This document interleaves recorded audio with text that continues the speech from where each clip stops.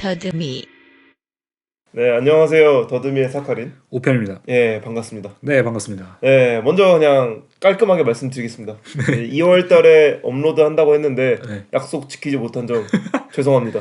사죄해드립니다. 예, 많은 분들이 기다려 주셨을 것 같은데 네, 저희가 그래도 더듬이 그 투어도 한번 올렸었고 맞아요. 그리고 이제 저나 오편 씨나 개인적으로 좀 바쁜 일이 있었어가지고 맞아요. 여러모로 좀 더듬이가 미뤄지긴 했는데 그래도 이제 또 3월 달을 위해서 저희가 또 알차게 준비한 코너들 있죠. 그렇죠. 이번 3월 달은 저희가 새로 준비한 코너 하나와 이제 네. 저희가 원래 하던 작가 소개로 이어질 텐데, 그래서 작가 소개야 뭐 이제 3월 마지막 주쯤에 올라갈 거잖아요. 그죠. 그래서 이번 편은 이제 둘째 주에 올라가는 식으로 갈 거죠. 그죠. 그래서 이번 새로운 코너를 한번 사카리님께서 소개해 주신다면. 예, 이번 저희 더듬이의 새 코너의 이름은 더듬 리딩입니다. 네, 더듬 리딩. 예, 저희의 이제 취지가 원래 더듬이 취지가 해외 작가분들, 그러니까 한국에 그렇게 많이 안 알려진 분들을 소개해드리는 거잖아요. 그죠. 근데 이번 취지는 이제 반대로 어떤 짧은 텍스트라던가 아니면 이제 좋은 글이 아직 한국에 번역이 안 된 것들을 저희가 좀 읽고 한번 같이 이야기를 나눠보는 시간이죠. 맞아요. 확실히 요즘 시대에는 어쨌든 예술에 있어서 이 글이랑 그런 평론 뭐 이런 게 나름 중요하잖아요.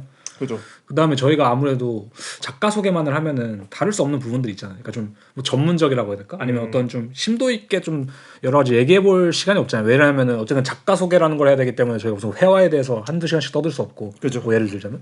그래서 이런 좀 전반적인 주제를 다루기 위해서 더듬 리딩이 책에서 좋은 챕터나 아니면은 뭐 짧은 글이나 아니면 아티클 같은 거를 저희가 선정해서 한번 같이 읽어보면서 네. 좀 저희도 저희 생각을 한번 말해보고 그죠. 또 이 쓰신 분들은 어떤 생각을 하고 있나 이런 것도 좀 해보면 좋지 않을까. 그러니까 작가 소개는 어떻게 보면 저희가 그냥 직접적으로 어떤 해석을 시도하는 거라면 이런 글 같은 경우는 이미 어떤 기존 평론가라던가 예술 사학자들이 써놓은 글을 가지고 저희가 또 한 번의 필터로 읽는 거니까. 그죠. 되게 오히려 작가 소개보다는 또 더 재밌게 들으실 수 있을 것 같아요, 차라리. 맞아요. 왜냐면 사실 작가 소개라는 게 그 작가한테 별로 관심이 없거나 뭐 그러면 사실 또 마냥 듣기가 좀 그럴 수도 있거든요. 누가 막 이게 막 우생학 같은 거 관심 없죠, 그죠? 그렇죠. 나는 그냥 아름다운 그림을 그리고 싶은 그러니까요. 분인데 뭐 네. 우생학까지 뭐 이렇게 느낄 수 있는데 좀 전반적인 얘기를 하기엔 좀 좋은 그게 네. 되지 않겠느냐. 그래서 이제 오늘 더듬 리딩의 최초의 이제 첫 번째 글은 무언가요? 저희가 그래서 더듬 리딩의 첫 번째로 꼽은 거는 어쨌든 약간 저희의 더듬이 첫 에피소드가 회화 작가였잖아요. 아, 그죠, 그죠. 그래서 좀 비슷한 느낌이지 않을까. 그래서 좀 회화에 관련된 내용을 뽑아왔는데 네. 사실 뭐 저한테 물어보기보다는 사칸 씨가 좀 이걸 선택하셨으니까 한번 좀 비하인드 스토리나 좀 선택하신 계기가 있다면. 그러니까 이 책은 일단은 제 주위 친구 중 한 명 중에 완전 회화가 있잖아요. 그 친구가 한번 소개. 완전 회화가 도대체 뭐예요? 완전 그러니까 1학기 때부터 끝학기까지 그림밖에 안 그리는 완전 회화가라는 친구 한 명이 이제 저한테 소개를 해줘, 그러니까 추천을 해줬었고 이 책을. 그래서 저도 좀 읽다 보니까 어쨌든 회화라는 것이 모든 미술의 시작점이라고 볼 수도 있을 것 같다는 생각이 들었거든요. 그리고 어떤 의미에서는 이 글이 이미 그런 거를 좀 다루고 있는 글이기도 하고. 네. 그래서 되게 굉장히 지금 재밌게 읽고 있었고 그리고 특히 이제 이번에 다음번에 소개해드릴 작가나 그 작가랑 연관돼서 재밌는 챕터를 또 찾았기 때문에 저랑 이제 오편 씨랑 어떤 글을 할까 고민을 하다가 제가 이제 이 책에 있는 한 챕터를 추천하게 됐던 거죠. 그래서 이 책의 제목이랑 좀 이런 간단히 좀 소개를 해주실 수 이제 있어요? 이 책의 이제 저자는 이자벨 그로라고 하는 그 독일 출신의 이제 미술 평론가죠. 미술 평론가. 평론가죠, 연구자. 그렇죠. 그 다음에 한국에는 있는지 모르겠는데 독일 이제 서점 같은데 가보면은 항상 있는 거죠. 그 텍스테츠와 쿤스트라는 그죠. 게 있잖아요. 그 뭐 잡지라고 해야 될까요? 네, 이제 그거를 이제 창립하신 분이죠. 맞아요. 그래서 독일 현대 예술계에서는 그래도 꽤 영향력이 센. 약간 평론가이지 베스트셀러 작가의 느낌도 있는 거죠, 그죠? 그렇죠. 완전히 막 엄청 어렵지도 않으면서도 맞아요. 적당히 읽을만하지만 그럼에도 불구하고 너무 깊이가 없지도 않은 뭐 약간 그 중간에 있는 맞아요. 그런 느낌인 것 같아요. 네, 그래서 이 책의 이름은 The Love of Painting, Genealogy of a Success Medium. 그리고 이제 독일어로는 Die Liebe zur Malerei입니다. 그림에 대한 사랑. 그렇죠. 그래서 이제 성공 매체의 계보. 이거 정확히 못 들으실지 모르겠는데. 이제 오편 씨가 한번 간단하게 여기 이제 구글 북스에서 이제 소개문 있었잖아요. 이걸 한번 좀 짧게 읽어주시면 좀 사람들이 어떤 내용인지 좀 알 수 있을 것 같아요. 네, 그래서 제가 구글 북스의 소개를 한번 읽어드리자면 아마 이게 뭐 근데 뭐 구글 북스라고 해봤자 다른 데도 비슷하게 써 있을 거예요.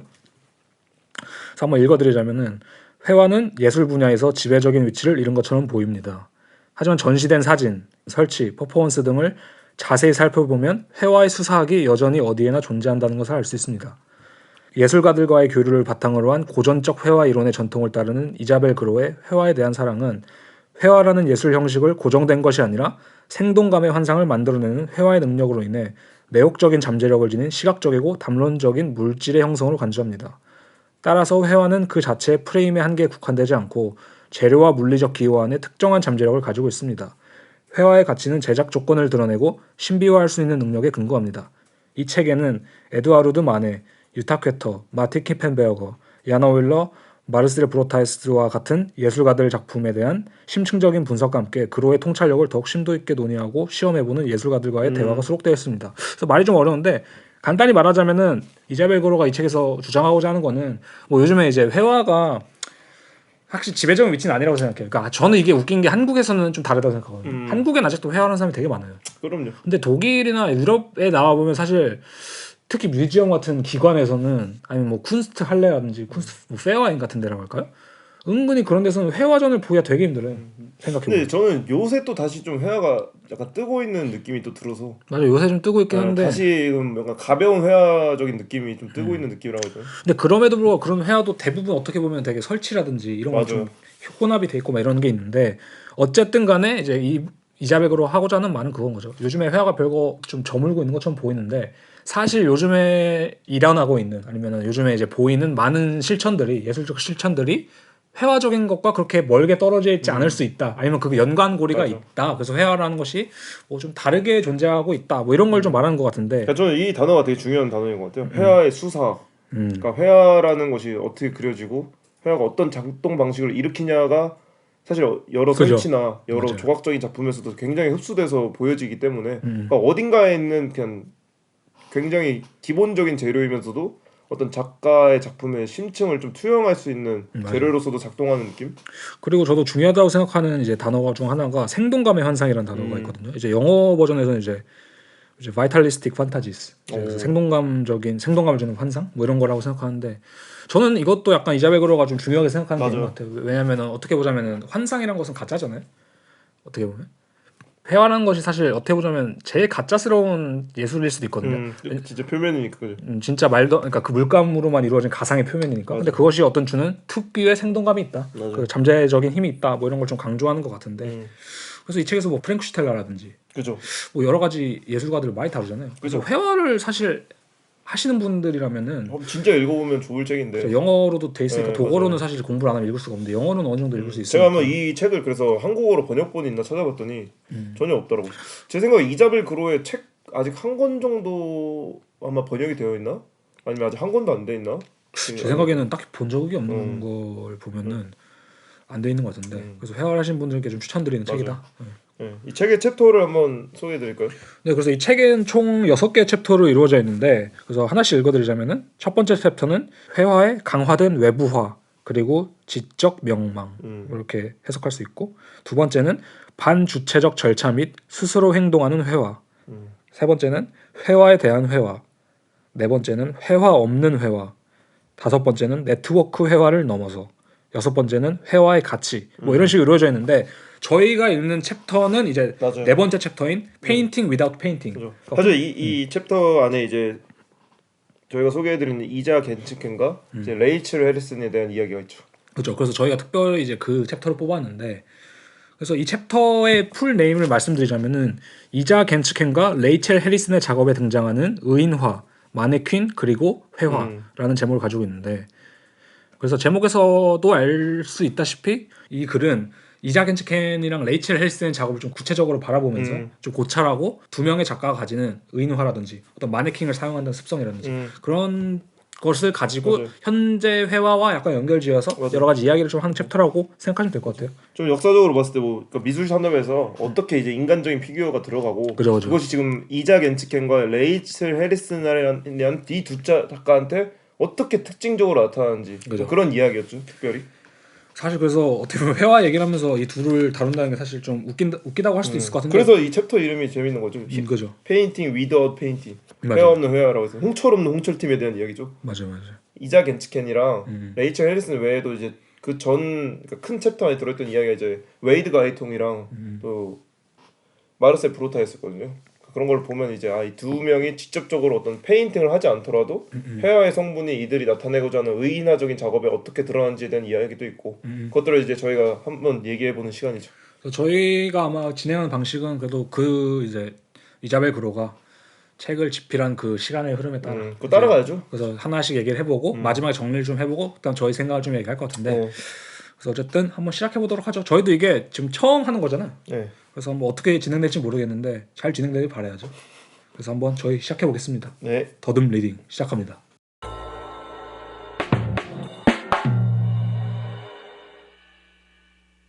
네, 그래서 이제 이 글의 첫 번째 시작을 아까 이런 식으로 한 것 같아요. 첫 번째 개요라고 할까요? 이 소 챕터에 이 소 챕터에서 첫 번째로 이제 이자벨 그로가 그런 느낌으로 말을 하죠. 왜 레이첼 해리슨과 겐츠켄의 작업이 페인팅의 형식으로 받아들여질 수 있느냐. 첫 번째 사실 그걸 얘기해야죠. 이걸 하려면. 그래서 이자벨 그로가 이제 그들의 작업에서 되게 중요하게 말하는 것 중 하나가 이제 그거거든요. 색상. 사실 이제 뭐 다른 챕터는 저거 안 읽어봐서 모르겠는데 이 전반적인 글에서 이자벨 그로가 되게 강조하고 싶은 건 아까 저희가 말한 생동감의 환상, 어떤 생명력의 환상이라고 말하는 부분이잖아. 그걸 이제 그 이자 겐츠켄과 레이첼 해리슨이 색상이라든지 어떤 회화적인 방식의 색상의 사용을 통해 색의 사용을 통해서 그걸 좀 성취한다고 말을 하는데 실제로 이자벨 그로가 뭐라고 하냐면 2016년 민셴 브랑코스트 뮤지엄에서 열린 페인팅 2.0 Expression in the Information Age라는 전시에서 실제로 이자 겐츠켄과 레이첼 해리슨의 작업이 전시가 됐다. 맞아요. 그렇기 때문에 그들의 작업은 어떤 의미로 첫 번째로 회화로 어느 정도 받아들여지고 있음을 알 수 있고 그 다음에 이제 아니타 알버스라는 예술가의 약간 그 말을 인용하면서 뭐라고 말하냐면 색상을 사용한다는 것은 아니면 색이라는 것은 삶의 모습을 정의하는 것이다. 그 다음에 이자 겐츠켄과 레이첼 해리슨의 작품은 어떤 의미에서 삶의 모습을 정의하고 있기 때문에 그들의 작업에는 이 회화적인 어필, 회화적인 매력이 분명히 존재한다. 맞아. 그래서 어떻게 보자면 첫 번째로는 그런 얘기를 하는 거죠. 이들의 작업이 그렇기 때문에 맞아. 이제 회화적이다. 그러니까 첫 번째 작업에서 어느 정도 약간 이렇게 질문을 던져주죠. 왜냐면 저희가 지금 말을 하고 있는 이자 겐츠켄의 작업이라던가 레이첼 해리슨의 작업을 아마 듣는 청취자분들은 모르실 거예요. 어떻게 생겼는지. 레이첼 해리슨 같은 경우에는 어떤 조각품에 직접적으로 이제 자기가 붓을 들고 색칠하는 느낌이라면 그죠. 이제 이자 겐츠켄 같은 경우에는 산업용품이라던가 뭐 스프레이 같은 것들을 이용을 하는데 그러니까 그런 부분들을 이제 크게 뭉뚜루 잡아서 일단 이자벨 그로가 왜 이 사람들의 작업이 페인팅 2.0이라는 전시에 들어갈 수 있었느냐라는 것을 이제 개요를 시작했잖아요. 맞아. 근데 저는 이제 이자벨 그로의 의견에 있어서 확실히 동의하는 건 그거 같긴 해요. 저가 색상이란 게 되게 중요한 게 뭐가 있을까라고 생각했을 때 회화인 것 같긴 하거든요. 그러니까 왜냐면은 저희가 저번에 이제 더듬이 투어에서 올렸지만 웨인 티보 전을 보고 좀 느낀 게 있잖아요. 그러니까 웨인 티보의 작품이 확실히 이 색상의 활용에 대단히 미쳤다 이런 생각이 드는데 저는 그런 웨인 티보가 사용한 색상이든 누가 사용한 색상이든 간에 어떤 색상의 활용이 두드러지는 건 거의 회화에서 되게 크다고 생각하거든요. 맞아. 예를 들면 카타리나 크로스도 우리가 회화로 바라볼 수 있는 이유가 어떤 색상의 활용도 그죠. 있는 거고 잭슨 폴록도 그 나름의 색상 있고 그죠. 베이컨도 그렇지만 예를 들면 저희가 요셉 보이스의 작업 얘기하면서 색상 얘기를 하진 않거든요. 그죠. 요셉 보이스는 오히려 좀 색상보다는 그 내러티브가 눈에 띄는 스타일이죠. 그죠. 그 다음에 뭐 어떤 작가가 있을까요? 뭐 저희가 다루었던 작가 중에서도 버니 로저스 얘기를 하면서 저희가 막 색상을 막 엄청 버니 로저스가 다루지 생각보다 색상이 드러나지 않는 작품. 뭐 그 추억의 아담 린더 형도 그죠. 그렇게 했어. 그래서 확실히 색상을 잘 쓴다는 것은 어떤 의미로는 회화적인 것과 당연히 연관이 될 수밖에 없다고 생각하는데 그래서 저는 회화란 것은 어쨌든 좀 보수적으로 바라보자면 이 색상의 영역에 되게 머물러 있어야 되지 않을까? 맞아. 그러니까 아니면 그게 되게 중요시 다뤄져야 되지 않을까? 맞아. 까놓고 말해서 요즘 회화하는 사람 중에서 색을 못 쓴 사람도 되게 많아요 보면. 맞아. 그거는 좀 약간 회화를 매체를 다룰 때 죄일 정도로 생각해 저는. 맞아요. 거의 그러니까 색상적으로 뭔가 아름다운 조화가 있지 않으면은 페인팅의 가장 첫 번째적인 능력을 잃는 것 아닌가라는 생각이 들 정도로. 그러니까 이 아니타 알버스의 말처럼 삶의 모습을 정의하는 것 그리고 아까 이제 이자벨 그로가 말한 것처럼 어떤 생동감의 환상을 불러일으킬 수 있는 것에 사실 근원이 이제 색상이 있는 건데 저도 확실히 그래서 이 글을 읽고 느낀 게 그런 건 있어요. 이 색상이라는 게 되게 중요하겠구나 확실히 회화에 있어서 이 색이라는 걸 우리가 간과해서는 안 되겠다. 근데 요즘에는 확실히 좀 그런 면모도 없지 않아 있지 않나. 그러니까 너무 좀 타성적으로 색을 쓰기도 하고 어떻게 보자면 왜냐면은 삶의 모습을 정의한다는 것이 되게 중요하다고 생각하는 게 뭐냐면은 그냥 미술을 오래 하다 보면 좀 타성적으로 아니면 습관적으로 내가 쓰는 색상들이 존재하잖아요. 물론 그죠. 그것들이 있어야 되기도 하고 당연히 자신만의 컬러 팔레트가 있어야 되는 건 맞는데 예를 들면 반고 그 유명한 써 있잖아요. 이 노란색을 만들려면 몇 번에 그거를 그 압생트를 마시고서야 나 만들 수 있다. 이런 약간 진심 어린 그 색에 대한 그 접근들이 있는 것처럼 그죠.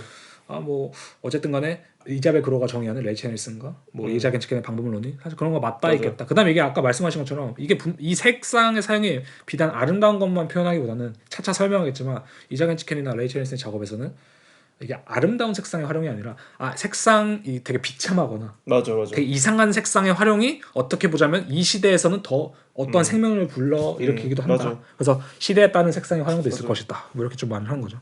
그런 얘기가 있잖아요. 그림을 그릴 때 그냥 튜브에서 바로 짜는 색을 쓰지 말라고 하잖아요. 그죠. 근데 그런 색을 의도적으로 쓰는 작가 쪽은 사실 저는 이자 겐츠켄이라고 보고, 색을 의도적으로. 네, 의도적으로 그냥 나온 그대로 쓰는 색을 쓰는 사람은 이자 겐츠켄이라고 보고, 그죠. 그 반대 쪽이 이제 레이첼 헬싱이라고 봤던 거죠. 그러니까 이자 겐츠켄은 좀 더 정치적이라고 할 수 있죠. 그죠. 그래서 좀 더 내러티브적인 면이 있고, 색을 그렇게 쓴 내러티브적인 면이 있고, 레이첼에서 좀 다른 면이 있는 것 같고, 좀 직관적인 면이랄까 아니면 좀 미적인 면 맞아요. 그런 면이 좀 있죠. 그래서 다음 소 챕터로 넘어가기 전에 또 중요한 것 중 하나가 저희가 방금 색상 얘기를 했잖아요. 근데 이 색상이 아까 생명력의 환상 뭐 이런 식으로 생명력에 대한 어떤 바이탈리티에 대해서 우리가 얘기했는데 그것과 이제 이어지는 개념 중에 이제 되게 중요한 개념이 크바지 서브젝트라는 개념이 나오잖아요. 그죠. 이제 한국말로 하면 이제 유사 주체 뭐 혹은 준 주체 뭐 이런 식으로 말할 수 있을 것 같은데 결론적으로 아까 이제 이자벨 그로가 생명력이라는 걸 되게 중시한다고 했을 때 이 글은 사실 주체성에 대한 얘기가 되게 많이 나와요. 맞아요. 이 글은 사실 이 현대의 주체성에 대한 이 내용을 되게 많이 담는데 그때 이제 이자벨 그로가 이자 겐츠켄과 레이첼 헬슨의 작업에 등장하는 혹은 가장 중요한 주제가 사실 이 유사 주체라는 것을 다루고 있다는 것이다. 그쵸. 이 유사 주체라는 것이 어떻게 보자면 또 동시에 회화적인 면모를 담고 있는 것이다. 이렇게 얘기를 하거든요. 그러니까 유사 주체성의 생동감적인 환상을 불러일으키는 것이 또 색상인 거죠. 그렇기도 하고. 그러니까 종합적인 이야기를 저희가 지금 하고 있는 거죠. 약간 얼기설기 그죠, 섞여있기 얼기설기 때문에 섞였죠. 이게 뭐 이거 다음에 이게 오는 게 아니라 약간 얼기설기 좀 얽혀있기 때문에 이게 설명이 좀 어려운데 어쨌든 간에 이 유사 주체에 대해서 얘기를 하면서 이 상호관계라는 걸 살펴요. 그래서 이 상호관계라는 것을 생각해봤을 때 이게 사실 예술 작품의 구조 안에서 이 살아있는 주체를 표현하는 것이 그렇게 새롭다고 생각하진 않거든요. 어떻게 보자면. 그죠. 근데 그럼에도 불구하고 어쨌든 현대에 도드라지는 방식이 있는 거고 이제 그걸 약간 논하는 건데 그래서 이 챕터에서는 이자벨 그로가 이제 마이클 프리드라는 학자와 그 다음에 조르주 디디 위베르만이라는 저희가 옛날에 한번 소개시켜드렸었죠. 언급했었던 그 학자 두 명의 약간 입장을 소개하면서 그걸 약간 반박하는 식으로 이제 이야기를 펼쳐나가는데 그래서 예를 들면 마이클 프리드 같은 경우는 유사 주체를 되게 강력하게 비판했거든요. 그러니까 프레드 같은 경우에는 처음에 이제 도널드 저드라던가 그러니까 로버트 머리슨과 같은 이제 두 명의 미니멀리즘 작가죠. 그 작가들의 작품을 비판하면서 비판했던 이유가 그거였어요. 작품이 가지고 있는 어떤 숨겨져 있는 의인화를 굉장히 비판했단 말이에요. 맞아요. 그러니까 제 생각에는 이제 마이클 프레드 같은 경우에는 어떤 작품 속 안에 인간의 주체 이상의 것인 어떤 초월적인 것이 들어있어야 된다고 보았던 것 같은데. 대단히 약간 구시대적인. 그러니까 내가 어떤 이렇게 존경할 법하거나 아니면 약간 어떤 숭고미를 느낄 수 있는 것을 봐야 된다고 했는데 도널드 저드 같은 경우나 이제 로버트 모리슨 같은 경우에 그 작품들이 나타냈던 인간성이라는 것이 사실 그 크기를 말을 하거든요. 그죠. 그러니까 그 몸의 크기, 그러니까 그 작품의 크기가 인간 형상의 크기와 비슷하다. 그래서 이제 마이클 프레드 같은 경우 이것이 나한테 굉장히 어떤 압박감과 어떤 공격적인 면을 느꼈다라고 하면서 이제 비판을 했던 거죠. 그러니까 예를 들면은 이제 도널드 저드의 스페시픽 오브젝트라는 개념 있잖아요. 네. 이제 그것을 그냥 간단히 말하자면은 뭐 어떤 형상을 따오고 이런 게 아니라 어떤 예술 자체에 자율적인 어떤 작품을 만들어야 된다. 그러니까 예술의 논리만을 가지고 있는 되게 순수한 작품을 순수한 조형성을 가지고 있는 작품을 만들고 그 다음에 그것이 어떤 공간 안에서 어떤 실체, 자율적인 뭐 주체로 존재하면서 관람객과 상호작용하는 게 중요하다 이렇게 말을 한 거잖아요. 그러니까 마이클 프리드는 사실 이걸 전적으로 반박하는 거죠. 아니 예술은 그 자체로 자율적인 존재나 주체가 되어서는 안 돼. 그것은 인간성을 초월한 어떤 면모를 보여줘야 된다. 재밌는 게 그건 것 같아요. 도널드 저드도 그렇고 멋진 미니멀리즘 작가로서 저는 그러니까 이 사람이 시도했던 것 자체는 어떤 주체를 넘어서 어떤 초월적 형상이라고 보거든요. 네네. 그게 약간 모더니즘의 절대성에 대한 목표였잖아요. 그죠. 근데 이제 도널드 저드가 어떻게 작업을 도대체 했길래 사실 되게 인간 크기로 보였는지 모르겠지만 이 도널드 저드나 그 로버트 모리슨 작업 이전에 이자벨 그로가 소개했던 게 이제 프랭크 슈텔라가예요. 근데 프랭크 슈텔라는 사실 제가 봤을 때 마이클 프레드가 봤으면 이 녀석 자신의 주체를 표현하지 않았군. 왜냐면 마이클 슈텔라 같은 게 최대한 산업적인 것처럼 보이려고 그죠. 부채 터치를 최대한 죽였잖아요. 얘는 어느 정도 절대성에 도달했군이라고 볼 수는 있겠지만 예를 들면 뭐 도널드 저드라든가 로버트 모리슨 작업을 봤을 때는 얘네 이거 뭐 초월적인 걸로 가려고 했지만 너네 주체가 너무 이 안에 들어있다. 그리고 그게 나를 불편하게 만든다. 이거랑 침묵하는 사람을 바라보고 있는 거랑 도대체 뭐가 다르냐라고 깠던 거죠. 그러니까 간단히 말하면 딱 그거죠. 아무 말을 안 하고 있는 것 자체가 이미 되게 꽤나 큰 주체성이라는 거죠, 사실. 그러니까 도날드 존은 어떻게 보자면 아무 말도 하지 않는 것을 우리 인간적인 언어나 아니면 어떤 그런 내러티브적인 면 그런 거에서 아무 말도 하지 않는 오브젝트를 간단히 말하자면 만들고 싶었던 건데 근데 그것은 그냥 구석에 저기 서 있는 침묵한 사람과 그게 다르지 않다.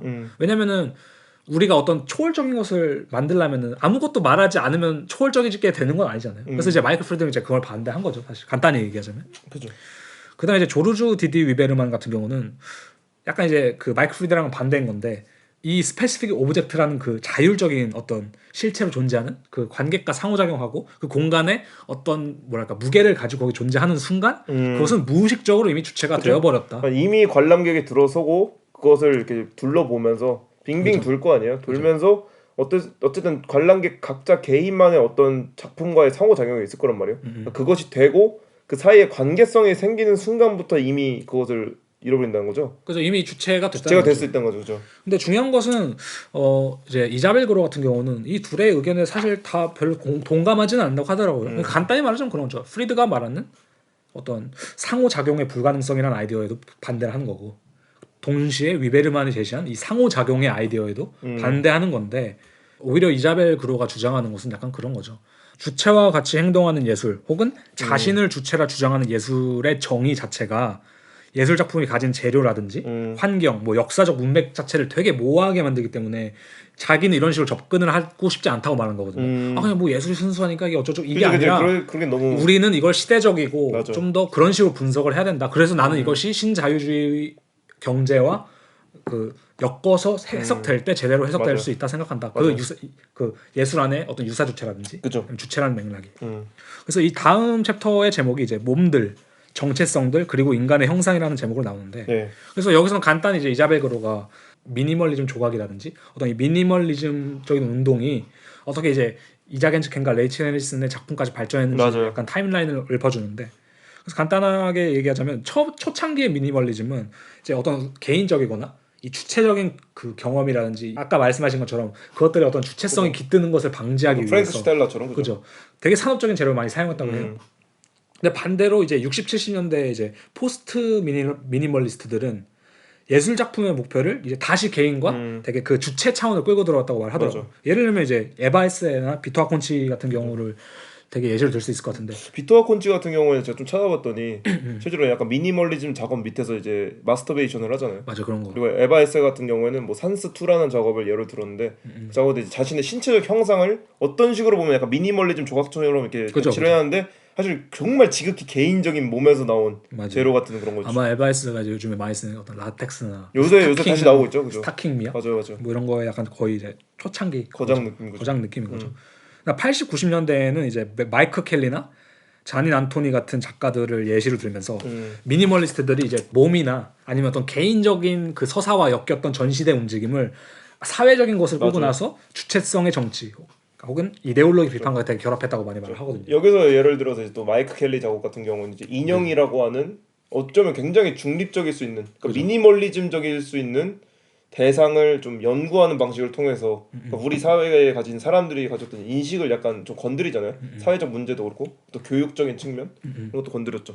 약간 이런 거죠. 그러니까 60, 70년대에는 굳이 말하자면은 그러니까 이런 미니멀리스트 조각들도 되게 인간적이게 될 수 있어. 이런 식으로 말했다면 마이크 켈리 세대 작가들은 그러는 거죠. 아, 이 조각들이 우리의 사회에 무엇인가를 보여주는 어떤 뭐 상징물이야, 맞아. 모습이야, 뭐 이런 식으로 말한 거고. 그 다음에 이제 2000년대 작가들은 이 정체성 정치 아니면 이데올로기 비판 등에 집중하기보다는 오히려 이제 미니멀리스트들의 언어를 사용하여서 이 부재한 인간의 존재를 암시했다. 사실 이게 되게 중요한 부분이거든요. 맞아. 이 부재한 인간의 존재라는 게 사실 그런 거죠. 옛날에는 마이크 켈리 같은 경우에도 어떤 자신의 서사가 있고 어떤 주체성의 서사가 좀 있는데 그 다음부터는 약간 뭔가 그런 거죠. 이제 주체란 건 망했어. 이제 그럴 수도 있죠. 우리 주체성에 더 이상 개인은 없어. 우리는 없어. 뭐 약간 이런 느낌으로 좀 부정적으로 됐다고 할까요? 그래서 뭐 예시를 든 작가가 이제 뭐 톰 부어, 에딕트 러브라는 작품을 예시로 들기도 하는데 아무튼간에 그래서 중요한 것은 그런 거죠. 주체성을 고찰하는 차원을 넘어서 부재한 주체성마저 표현하는 단계가 됐다. 맞아요. 좀 그런 식으로 표현할 수 있을 것 같은데 사실 그게 레이첼 헬슨과 이제 이자겐 츠켄의 작업에 가장 두드러지게 드러나는 특징이면서도 이자벨 그로가 말하는 유사 주체가 가진 가장 큰 특징인 것 같아요. 왜냐면은 그 마이크 켈리 같은 경우는 사실 그게 되게 잘 보이잖아요. 그죠. 이 사회가 너네는 우리를 이렇게 만들고 있어. 이 새끼들아. 이런 욕하는 식의 뭔가 투쟁하는 주체랄까요? 아니면 어떤 고발하는 주체 모습이 보이는데 이자겐 치켄가 약간 이제 그 다음 세대 작가들에선 점점 그게 없어지면서 이제 우리는 그냥 끝났어 얘들아. 막 그런 느낌일 수 있어. 약간 그런 약간 비관적인 그런 느낌이 있는데. 그래서 근데 저는 조금 오히려 약간 이런 쪽인 것 같아요. 지금 소개해드렸던 미샤엘라 마이제라든가 톰부어 같은 경우가 사실 저는 이자겐 치켄이랑 레이첼 헬슨의 다음 세대잖아요. 다다음 세대일 수도 있고. 그죠. 그러니까 이자겐 치켄이나 레이첼 헬슨이 저는 어느 정도 주체성을 보였다고 생각하거든요. 그래서 이거에 대해서 이제 이야기가 계속 나오는 거잖아요. 그죠. 근데 이제 그 다음에는 그 주체성마저 없어진 그러니까 유령같이 보이는 미니멀리즘 작업이라고 해야 되나요? 그죠. 그런 것들이 나타났던 거죠. 실제로 그래서 다음 챕터와 그 다음 챕터의 내용이 되게 비슷하면서 제목이 비슷한데 첫 번째는 잠복한 의인화 이렇게 써 있고 두 번째는 유령과 같은 존재라고 하거든요. 요 챕터들에서 말하는 게 방금 저희가 말한 그 내용을 좀 담고 있는 거죠. 이제 그들의 작업이 주체의 부재를 현존하고 있기 맞아요. 때문에 그것이 유령 같다고 말을 하는 거거든요. 이자겐 치켄의 작업을 예시를 들자면은 한 두 가지 타입이 있다 생각해. 하나는 주체같이 않아 보이는데 주체에 대한 이미지를 떨칠 수 없는 거, 아니면 그 암시를 떨칠 수 없는 거. 그죠. 그러니까 주체는 없는데 주체를 생각할 수밖에 없는 거. 맞아. 어떤 대상이 없는데 대상을 생각할 수밖에 없는 거. 저는 이게 되게 첫 번째 이제 유령 같은 타입이라고 생각하고 두 번째 작업은 이제 그냥 절대 인간이 아닌 어떤 형상이 있는데 그 안에 뭔가 인간스러운 게 숨어 있어. 맞아요. 그걸 의도적으로 이렇게 타이틀로도 드러내기도 하고. 그죠? 맞아요. 그래서 이제 그 첫 번째 작업의 예시가 예를 들면 그런 거 있잖아요. 그 휠체어에 뭐 사람 그뭐 옷이라고 할까 뭐 그런 천 같은 것이 그죠. 늘어져 있거나 뭐 이제 뭐 그런 여러 가지 사물들이 같이 조합되어 있는데 거기 사람은 없지만 우리는 어떤 주체 형상을 거기서 보고 있다는 거죠. 그렇죠, 그렇죠. 휠체어라는 어쨌든 인간의 신체를 나타낼 수 있는, 그죠. 아니면 연상시킬 수 그죠, 있는 연상시킬 수 있는. 그죠. 그런 사물들을 통해서 이제 약간 부재한 주체 자체를 이제 보여주는 작업이 있고 두 번째 같은 예시는 이제 약간 그 기둥 작업들 있잖아요. 그게 사실 조금 더 초창기 작업이긴 한데 그 작업들이 이제 제목은 기둥들인데 그 이제 기둥 하나 하나에는 또 이름들이 붙어 있잖아요. 그 이름들도 이제 대단히 자신 친구들. 그죠. 뭐 볼프강 틸만스, 뭐 카이 알토프, 뭐 단 그라, 그죠. 댄 그레어 뭐 이런 식으로 이름이 적혀 있고 뭐 심지어 자기 이름도 있어요. 거기. 맞아, 이자라는 작품이 있죠 또 기둥 맞아. 중에 하나가. 그래서 이제 이자벨고는 더 나아가서 이제 이자라는 작품이 이 남성들 사회에 둘러싸여 있는 이 모습을 좀 표현한 거다라고 해서 약간 여성 서사도 거기서 읽긴 하는데 어쨌든 중요한 건 그거예요. 주체라는 것이 이제 이자겐 치켄이나 레이첼 헬슨 작업에서 나 주체야 이렇게 나타나지 않는다는 거죠. 주체가 없음으로써 주체가 나타나는. 그죠. 그러니까 주체적인 것을 나타냄으로써 주체를 숨기고 그럼으로써 그 뒤에 숨어 있는 예술가의 주체를 드러내기도 하고. 맞아요. 굉장히 복잡한 메커니즘이죠. 그래서 이자벨고로도 되게 재밌다고 좀 언급을 하는 게 뭐냐면은 레이첼 헬슨이나 이자겐 치켄의 작업에서 어떤 그 미니멀리스트적인 성격이 나타나면 나타날수록 사람들이 더 많이 관심을 가졌다고 하더라고요. 왜냐면 이게 주체성의 입장에서 봤을 때 이게 좀 반대가 돼야 되거든요. 왜냐면 미니멀리스트적인 움직임이라는 게 사실 인간을 배제하는 움직임이죠. 어떻게 보자면 약간 좀 어떻게 보자면 예술치나적인 초월, 그죠. 뭐 메타 예술적인 어떤 움직임인 건데 그들 작품에서 그것이 더 강조될수록 사람들이 그걸 더 좋아하네. 여기에는 분명 어떤 주체성이 있다는 것을 반증한 거다 이게. 맞아. 예를 들자면. 맞아. 그래서 어떻게 보자면은 저도 이게 되게 중요한 부분이라고 생각해요. 왜냐면은 뭐 이거는 이제 사람마다 다 다르겠지만 저는 사실 이런 주체라든지 어떤 사회적 현상이든 어떤 시대적인 맥락에서 탈구된 예술만을 위한 예술 작품이 있을 수 있을까라고 좀 생각은 해요. 저는 개인적으로 예를 들면 좀 그런 부분을 꼬집는 게 아닐까? 뭐 이자벨 그로도 어떻게 생각하세요? 저는 사실 이거를 진짜 아까 이자벨 그로가 얘기한 대로 약간 시대상이랑 엮는 건 맞는 것 같아요. 저희가 이제 앞으로 뭐 신자유주의랑 엮어서 이 두 작업 그러니까 이 두 사람의 작업에 가지고 있는 특성들을 얘기할 거긴 하지만 그건 진짜 힘든 것 같아요. 예술가가 과연 예술 작품에 손을 대는 순간 자신의 주체성을 벗어날 수 있을까? 그죠. 근데 반대로 이제 요즘 같은 경우에는 어쨌든 만약에 자기가 작업을 손을 전혀 안 쓰고 3D 프로그램이나 아니면은 어떤 기계를 이용한 페인팅을 했을 때에도 과연 자신의 주체성을 벗어날 수 있을까? 뭐 여러 가지 좀 질문을 들 수 있는데 어쨌든 간에 뭐 이장겐 치켄과 레이첼 헬슨의 작업에는 좀 더 직접적으로 드러나는 것 같아요. 확실히 이런 부분이. 맞아요. 그죠? 요즘에는 어떨까요? 요즘에도 사실 이제 어쨌든 간에 주체성에 대해서 얘기할 수 있는 작가들이 많을 수 있을 것 같은데요. 아니면 예를 들면은 이제 여성 서사를 다루는 사람들 입장에서도 여성이라는 게 어쨌든 인간이잖아요. 주체고. 그럴 때 이제 어떤 식의 주체성이 좀 드러나고 있을까 좀 생각은 하게 되는데. 근데 요새는 사실 그거 같아요. 이제는 과거에는 어떤 주체성을 자신의 조각 작품에 의탁을 해서 나왔다면 이제 약간 여성 서사적인 측면에서 저한테 눈에 많이 띄는 작업들은 자신의 주체를 판타지적인 생물체랑 합쳐서 내놓거든요. 그러니까 미래적인 네, 그러니까 타종과 의인화도 아닌 거예요. 그러니까 숨겨진 전체성인데 숨겨진 존재 자체인데 그것이 의인화적인 모습으로 보이는 게 아니라 대놓고 괴물적인 모습이랑 어떤 키메라적인 모습을 보여주니까 거기서 좀 약간 종의 혼란을 느낄 수 있다라거나 아니면 성이라는 것의 젠더 자체가 도대체 뭘까라는 것을 좀 문제를 제기할 수 있는 캐릭터들이 바로 그런 몬스터라고 생각하거든요. 아니면 그럴 수도 있겠네요. 주체성이라는 것에서 더 나아가서 인간성마저 그죠, 붙지 그죠. 않는 맞아요. 그럴 수도 있고. 맥락으로 좀 바라볼 예, 수도 있을 것 예. 같고. 그래서 유사 종족, 그러니까 유사 종족. 유사 주체가 아니고 그죠. 뭐 유사 종족 그런 작업들이 저한테는 좀 많이 눈에 띄는 것 같아요 요새. 그죠. 특히 사이파이랑도 많이 섞고. 이번에 저희도 가서 이제 루양 작업을 그죠. 봤잖아요. 그래서 그죠. 루양도 약간 그런 맞아요. 면이 있고 어쨌든 간에 중요한 것은 뭐 이런 좀 부분을 이제 이자벨가 꼬집었다. 뭐 그런 게 있고. 그래서 실제로 막 그런 식으로 표현하더라고. 이건 좀 재밌더라고. 그래서 관객들이 이런 숨어 있는 잠복한 어떤 의인화적인 작품을 볼 때, 유령과 같은 작품을 볼 때 그 작품을 둘러보면서 작품이 가진 피부와 얼굴을 관찰한다. 뭐 이런 식의 표현을 쓰는데 맞아. 그만큼 이제 그 작업들에서 어떤 주체적인 향취가 느껴진다. 뭐 이렇게 말할 수 있는 거겠죠. 아니면 이제 그 작품들을 보면서 자신을 보는 느낌도 있지 않았나 라는 생각도 들고. 맞아, 특히 그런 면도 그 이자겐 치킨의 기둥 작업들 같은 경우에. 그죠.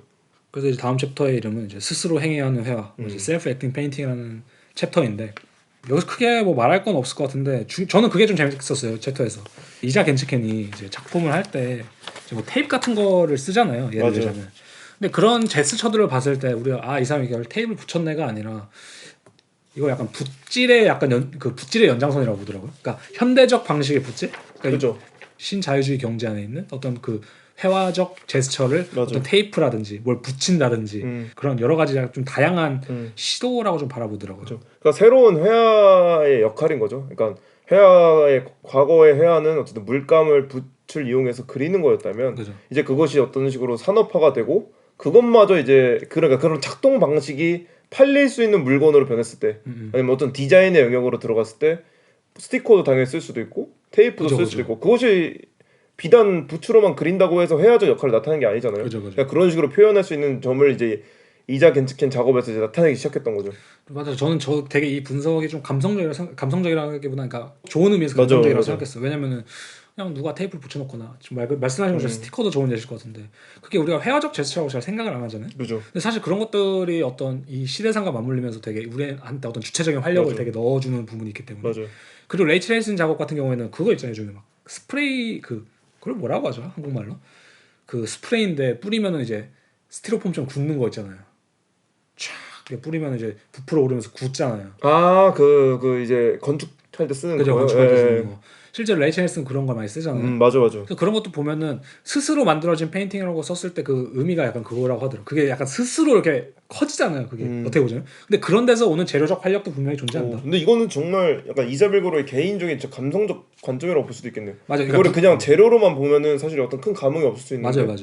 이거를 어떤 그 시대와 엮어서 이게 누군가가 보면 그냥 오버하고 있네라고 생각하는 약간 좀 분석일 수 있는데 저는 이게 되게 특정한 개인이 가질 수 있는 되게 감각적인 시선이라고 확실히 보고 왜냐면 작업을 대할 때도 내가 이걸 그냥 재료로 쓰는 사람이랑 이것을 내가 어떤 그 터치 맛을 위해서 쓰는 사람이랑 되게 작품이 다르게 나올 수밖에 없잖아요. 그러니까 그쵸. 예를 들면 요즘 작가들도 되게 조심을 해야 되는 것 중 하나가 내가 이 건축적 재료를 얘도 썼으니까 나도 써봐야겠다 라고 접근하면 사실 이 근원적인 방법론을 도달 못하는 맞아, 거거든요. 맞아. 사실 그러니까 내가 전혀 다른 재료를 써도 그들과 근본적인 방법론이나 어떤 의도가 같다면은 거의 비슷한 퀄리티 맞아. 도달할 거라 생각하거든요. 맞아. 그러니까 예를 들면 이자 겐츠켄도 이 두 이름이 참 헷갈려. 그러니까 그죠? 이름이 헷갈리네.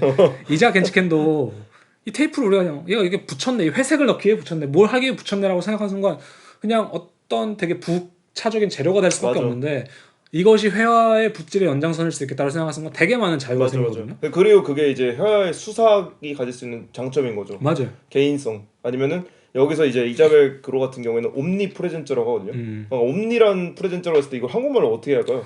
여러 군데 다 동시에 실제하는 게 옴니버스적인 그런 프레젠트니까 그러니까 이 회화적인 제스처를 통해서 내가 거기에 있었음을 하고 내가 거기에 있음을 맞아. 약간 지시하는 거잖아요. 그런 점에서 이제 이자 겐츠켄과 레이첼 해리슨의 회화적 수사학이 어떻게 작동되었나를 보면 이제 이야기가 나오는 거죠. 그래서 실제로 요즘에도 한국에서도 보면은 스티커 같은 것도 쓰시는 회화분 작가분들 꽤 계시거든요. 그죠. 스프레이도 많이 쓰고. 저도 그 쓰는 편이거든요. 그러니까 그런 거 보면은 그런 걸 확실히 염두에 두는 것도 중요할 것 같아요. 이게 그냥 단순히 뭐랑 닮아서 썼다 맞아, 아니면 맞아. 그런 거보다는 이게 시대적으로나 아니면 이 회화라는 역사의 연장선에서 물론 내가 회화를 한 어느 정도 회화적인 그걸 염두한 사람이라면 어디 위치하는지 정확히 맞아. 좀 알아야 되는 게 좀 중요하다고 생각해요. 그러니까 이게 그냥 진짜 단순히 미학적으로 이뻐서 쓰는 거 외에 나의 개인성을 좀 더 연구를 하면서 그리고 맞아요. 더불어서 이제 미술 역사성을 생각을 하면서 이어나가는 게 좋죠. 맞아요. 그래야 그럴 때 이제 개인의 역사성이 미술 역사성에 이렇게 담가지게 되는 거고. 그래서 이제 약간 이제 회화적인 제스처 아니면 회화적인 이 방법론에 대해서 이자벨 그로가 레이첼 헬슨의 작업과 이자겐 치켄의 작업을 보면서 깔끔하게 정리한 게 있는데 첫 번째로 레이첼 헬슨의 설치 작품 약간 이런 식으로 평가하더라고요. 그러니까 레이첼 헬슨의 작품이 약간 조각과 회화의 사이라고 좀 볼 수 있잖아요. 어떻게 보면. 네. 레이첼 헬슨의 작품이 가지는 중간 매체적인 성격 그리고 이 연극성, 이 안티 모더니스트적인 성격이 뭐랄까 이 그녀의 그 회화적인 제스처를 되게 맛깔나게 만들어준단 말이거든요. 왜냐면 여기서 되게 많이 말하는 게 뭐냐면은 레이첼 헬슨의 사실 기법이 되게 특이한 기법이 아니잖아요. 그죠. 그녀가 여기서 계속 언급하는 게 인상주의적인 되게 기법을 많이 쓴다 아니면 그런 색채라든지 우리가 그 봤을 때 그런 느낌이 나는 되게 어떤 회화적인 제스처를 많이 맞아, 쓰는데 동시에 그녀가 연극성이라든지 아니면 이렇게 조각품 위에 칠한다든지 아니면 그림 캔버스를 거부한다는 그 성격 때문에 사실 레이첼 해리슨의 작업이 지난 시대의 회화와 이 현대 회화의 가교 역할을 한다. 그걸 되게 이어주는 역할을 한다고 말하는 거예요. 그러니까 한마디로 말하자면 레이첼 해리슨은 지난 시대의 회화의 제스처를 요즘 시대의 그 물성 위에 아니면 재료 위에 올려내면서 그 회화의 어떤 그 현대적인 연장선 위에 위치하는 작가다. 약간 이렇게 평가를 하는 거거든요.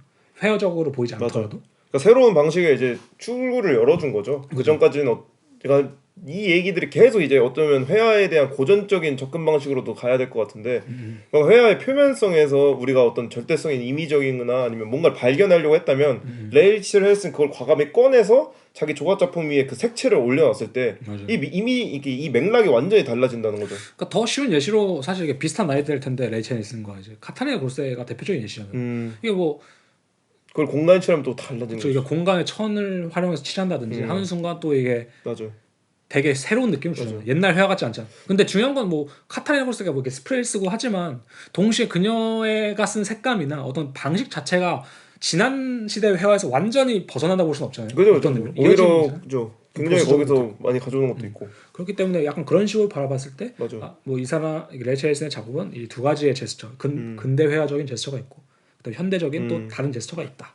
이렇게 평가를 하고 그래서 이자겐 치켄의 작업 같은 경우는 이제 레이첼 헬슨과 좀 반대되는 거죠. 그죠. 이자겐 치켄의 작업은 이제 완전 회화의 불순물이라고 이제 말할 수 있는 뭐 그래피티, 뭐 그래픽 디자인 이런 데서 아예 회화적 제스처를 가져온다는 거죠. 맞아요. 그럼으로써 이제 어쩌면 이거죠. 회화를 추락시키는 걸 수도 있죠. 추락시키는 너의 신성함은 이미 팔릴 준비가 됐다. 맞아요. 라는 식으로 이렇게 하는 것을 나타내는 걸 수도 있고. 실제로 이제 이자벨 그로는 이걸 뭐라 평가하냐면은 회화적 제스처가 가지는 가능성의 상실이라고 얘기하거든요. 그러니까 이게 한마디로 현대에서는 더 이상 캔버스에서 붓질로 그래서 뭘 할 수가 없어. 라는 그 어떤 가능성의 상실을 그것조차도 이제 그죠. 가장 부각시키고 그걸 받아들여서 되게 슬프게 보여주는 것이 이자겐 치켄의 작업이다. 그 뭐 예를 들면 이런 거죠. 만의 그림이 전면 프린트인데 우산의 느낌일 수도 있는 거고. 뭔가 그런 디자인적인 방식이 이제 너무 많이 퍼져 있잖아요. 좀 특히 요즘 같은 세대에는. 요즘에는 사실 그냥 생각도 안 하고 그게 또 되게 자연스러운 거. 맞아, 너무 자연스러워서. 그러니까 너무 일상이라 이제는 말할 수 없지만 이자겐 치켄 당시를 생각했을 때 어쩌면 조금 눈에 띄는 부분이 있지 않았을까? 이제 진짜 물건들 빡 퍼져나가기 시작하면서. 맞아요. 근데 이제 이 가능성의 상실이나 이 재료의 활용을 저희가 얘기하면서 이제 가장 중요한 사실 주제라고 생각하는 게 이게 그들이 결론적으로 표현하는 게 뭐냐 그래서라고 했을 때 이자벨 그로는 되게 단순하게 말해주거든요. 그들이 표현하는 것은 아까 말한 부재한 주체라고 얘기했잖아요. 그랑 비슷하게 그들이 표현한 것은 손상된 주체다. 자신의 주체성에 대해서 주권적인 통제력을 가지고 있는 주체도 아니고 신자유주의 경제 이 빡센 강령 뭐가 돼야 돼. 너 성공해야 돼. 돈 많이 벌어야 돼. 뭐 너는 너 스스로를 알려야 돼. 뭐 여러 가지 이런 명령들에 의해서 손상되고 되게 의기소침해져 있고 막 정신병에 걸려 있는 듯한 그런 것을 표현한 것이다. 그다음에 중요한 건 그걸 이해해야 돼요.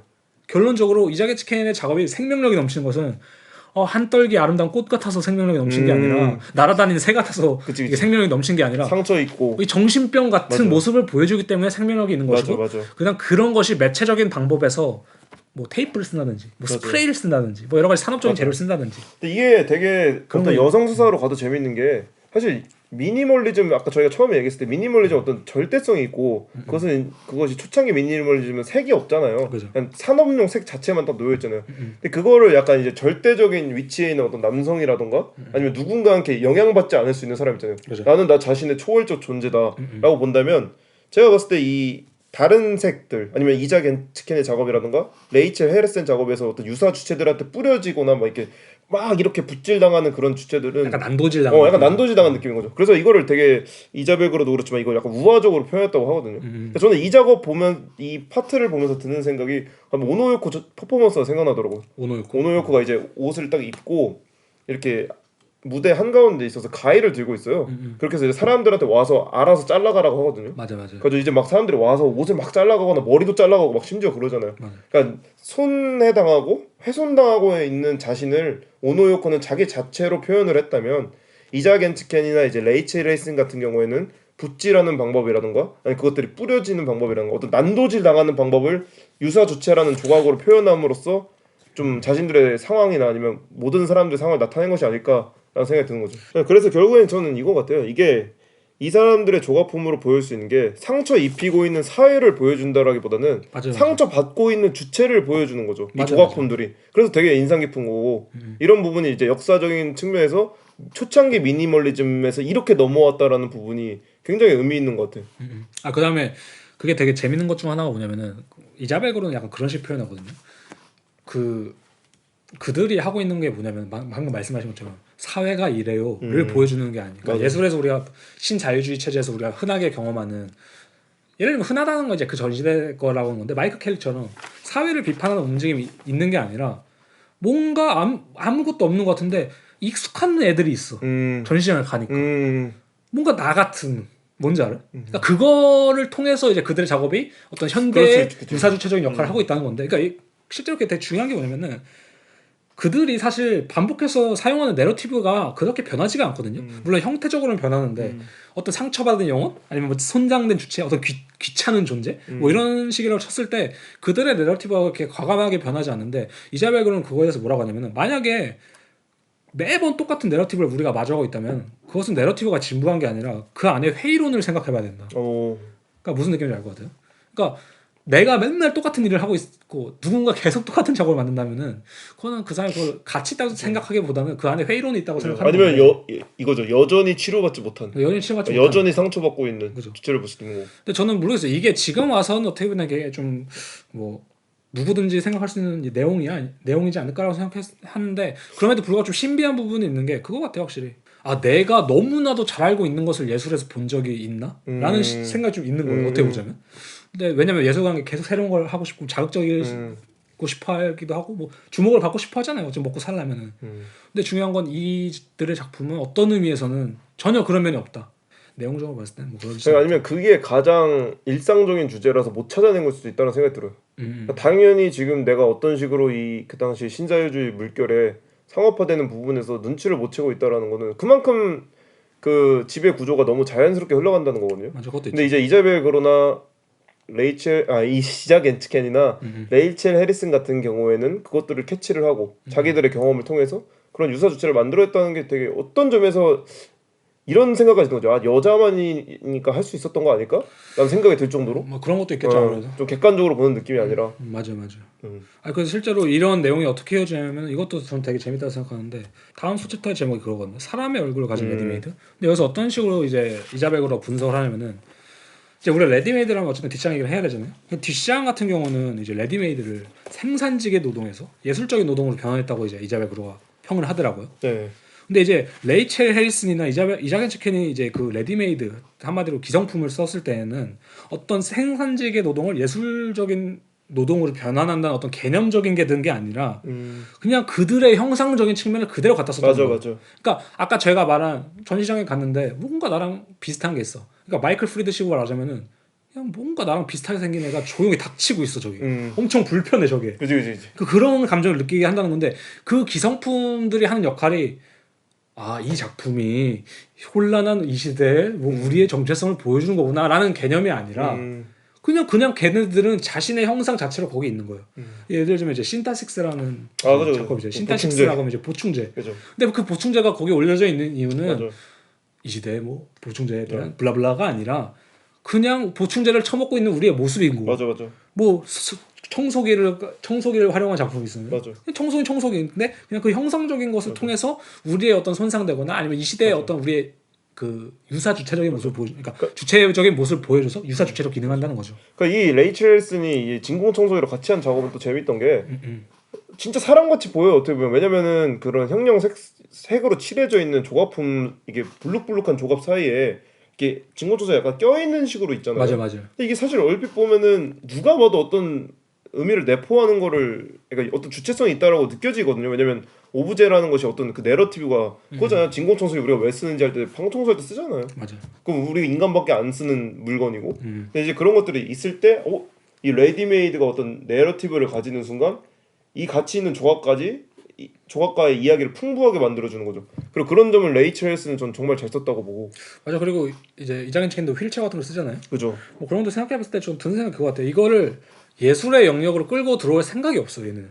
그러니까 제 개념적인 면에서. 개념적인 면에서 이것을 뭐 이렇게 해봐야지가 아니라 그냥 이거가 성상된 주체고 이게 요즘 우리의 모습이잖아. 맞아. 거기서 오는 되게 직접적인 면이 엄청 그냥 쿨하게 하는 거죠. 그렇죠. 쿨하게 하는 거죠. 그리고 이자겐치켄 같은 경우는 이제 어쨌든 그 기둥 작업에서 지금 이제 이자벨그로가 좀 집중하는 부분이 이제 겐츠켄의 마네킹이잖아요. 그죠. 근데 마네킹 같은 경우에도 진짜 이 제목에 완전 그대로잖아요. 그렇죠. 휴먼 페이스 사람 얼굴을 한 레디메이드라고 했을 때 가장 직접적인 대상이 사실 마네킹이거든요. 맞아, 마네킹이죠. 이 마네킹에 대해 얘기를 하면은 이제 다음 챕터로 넘어갈 수 있는데 여기서 이제 마네킹 내용이 나오거든요, 대충. 이 다음 제목이 이제 구조적 변화, 예술 작품이 마치 주체와 같이 거래될 때. 그래서 이 챕터에서 이제 말하는 게 그거거든요. 과거에 이제 상대적으로 소규모 소매업으로 약간 이제 거래가 되던 예술 작품들이 어떻게 이제 1990년대 후반부터 되게 시장이 커지면서 맞아. 이제 어떤 뭐랄까 이게 단순히 어떤 뭐 집에 걸어놓은 그림이라기보다는 시각성과 의미를 생산하는 산업으로 변모했냐 이걸 얘기하면서 뭐라고 말하냐면은 그렇다는 거죠. 이 시대에는 더 이상 집에 걸어둘 그림을 하나 살게요 이게 아니라 내가 특정 작품을 산다는 것은 누구의 작품? 내가 누구의 작품 혹은 내가 어떤 작가의 인생 자체를 사는 거다 아니면 그것에 접근할 수 있는 권한을 사는 거다라고 생각하는 거죠. 그러니까 예를 들면은 사실 뭐 예술 투자도 사실 그런 맥락이 있잖아요. 작가 이름값도 되게 중요하죠. 그죠. 그 사람이 어떻게 행동하냐에 따라도 그렇게 되고. 맞죠. 근데 그게 비교적 사실 이제 최근의 문화라는 거죠. 근데 그런 것들이 이제 신자유주의 경제 안에서 이루어진 거고 그런 것들이 왜 이자겐 치켄이 마네킹이라는 재료를 사용했는가에 대한 약간 답변이 된다는 거죠. 왜냐면은 이제는 예술가 자체가 마네킹이고 예술 자체가 인간적인 거거든요. 맞아. 그러니까 그래서 실제로 이자겐 치켄이 마네킹을 사용한 이유 중 하나가 뭐 예를 들자면은 마네킹은 예술가에 있어서 자신의 페르소나이기도 하면서 아니면 자신의 연기자이기도 하고 이자겐 치켄이 숨을 수 있는 어떤 그 유사 주체다 말 그대로. 왜냐면 그런 것 같아요. 저도 종종 길거리에서 보지만 어떤 이제 매장에 그 쇼윈도우 새로 옷 정리할 때 마네킹 이렇게 들고 다니는 분들이 있거든요. 맞아요. 근데 그런 마네킹이라는 인간 형상을 한 것이 그냥 소비재로 이렇게 다뤄질 때 기분이 묘하단 말이에요. 한국에도 그 올해의 작가상 몇 년 전에 그 한국 작가분 남자분 누구였죠 이름이? 그분이 이제 약간 야한 인형돌 만드는 그 김윤석 작가 공장을 찍었잖아요. 근데 그 작업보다 사실 저는 이자겐 치켄 작업이 더 많은 걸 내포한다는 게 그냥 그 생산 과정을 보여주는 것보다 그냥 그것이 어떻게 다뤄져 있고 거기에 개인적인 이자겐 치켄의 어떤 상처된 주체라든 그런 것들이 다뤄지는 모습을 섞여놨을 때 의미가 더 풍부해진다 생각을 하거든요. 맞아. 왜냐면 이게 형식적으로 봤을 때 이자겐 치켄 작업이 훨씬 더 완성도가 높다고 말할 수 있는 게 그 김윤석 씨의 작업 같은 경우는 그렇다고 볼 수 있잖아요. 저희가 아까 말한 그 레디메이드 예시를 들 수 있을 것 같은데 개념적인 측면이에요. 사실 그가 접근한 거는 마네킹을 사용해서 개념적인 측면을 접근한 건데 사실 마네킹이란 것은 그렇게 개념적인 항으로 우리 사회에 존재한다고 생각하지 않거든요. 어떻게 보면 그 뭐랄까 상품화된 어떤 그 인간의 정체성을 사실 가장 잘 보여주는 게 저는 마네킹이라고 생각하고 그냥 마네킹을 사실 쓰는 이유가 그거잖아요. 뭐 가발이든 뭐 옷이든 그것을 팔기 위해서 거기 너가 입으면 얘처럼 보일 거야를 보여주는 거잖아요. 말 그대로. 근데 그런 맥락이 있어서 마네킹이란 것을 이자겐 치켄처럼 쓰는 게 좀 더 확실히 그 존재 가치와 아니면 그 지금 이 현 시대적인 상황과는 더 부합하는 게 맞아, 아니겠느냐. 맞아. 그래서 실제로 이제 뭐 이자벨 그로도 책에서 그 이자가 켄츠켄이 되게 좀 패셔너블한 부분이 맞아 있잖아요. 맞아. 미술계 옷자락기로 유명한 맞아. 작가면 항상 나오는 사람이죠. 실제로 볼프강 틸만스가 찍은 이자 켄츠켄의 사진이 있는데 아마 볼프강 틸만스의 작업일 거예요 그게. 근데 이자 켄츠켄이 있는데 거기서 실제로 자신이 입고 있는 옷도 자신이 채색한 옷이라고 하더라고요. 오. 그런 것도 봤을 때 완전 진짜 자기 그거네. 약간 페르소나 아니면 유사 주체에 대한 약간 여러 가지 또 플레이들이 있는 거죠. 그 안에서 놀이들이. 그래서 그런 거 봤을 때 아 마네킹의 사용은 이 완전히 인간화된 아니면 유사 주체화된 작품의 현실을 보여주기 꽤나 적합한 소재다. 맞네. 근데 저 개인적으로 그 마네킹이라고 그렇게 좋아하진 않아요. 왜냐면 이제 와서 내가 볼 때 마네킹이라는 것이 가진 너무 큰 촌스러움이 있기 때문에. 맞아. 아 근데 그 당시에 봤을 땐 정말 신선했을 것 같아요. 뭐 그렇죠. 예. 뭐 그리고 이런 사람도 있고. 유명한 작업 중에 이제 이자겐 치켄이 민스터 스컬프처 프로젝트에서 낸 작업이 있어요. 그 이제 민스터 성당 앞에 있던 여러 대 유모차거든요. 맞아. 그 이제 장난감 유모차. 근데 거기에 안에 있는 이제 애기 인형스러운 마네킹이라던가 아니면 인간 인형스러운 인형이 있죠. 인간스러운 인형. 놓여 있고 거기 이제 우산들 같은 거 이렇게 세워놨잖아요. 근데 막 이렇게 부서져 있고 우산 막 이렇게 다 찌그러져 있고 그래요. 그리고 또 그때 당시에 이제 민스터 날씨가 안 좋아서 비가 그렇게 많이 왔다고 하더라고. 맞아. 근데 이제 그 마네킹들이 그냥 비를 그냥 후두두두 맞고 있잖아요. 그때 우리가 그거에 대해서 괜히 이상한 연민감이 들 수 있거든요.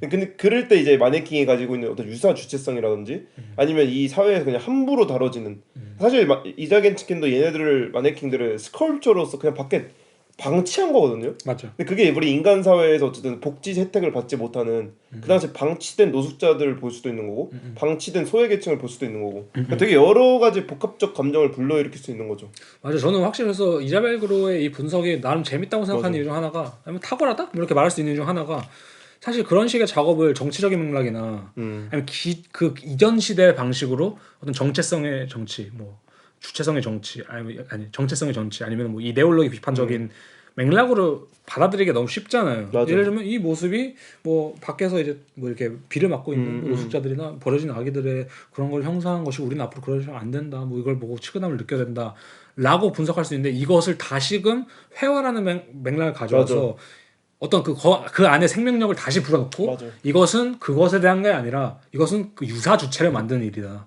이것은 개념적인 어떤 개념적인 방식으로 정체성을 비판하는 게 아니라 이것은 그냥 유사 주체를 만드는 것이다.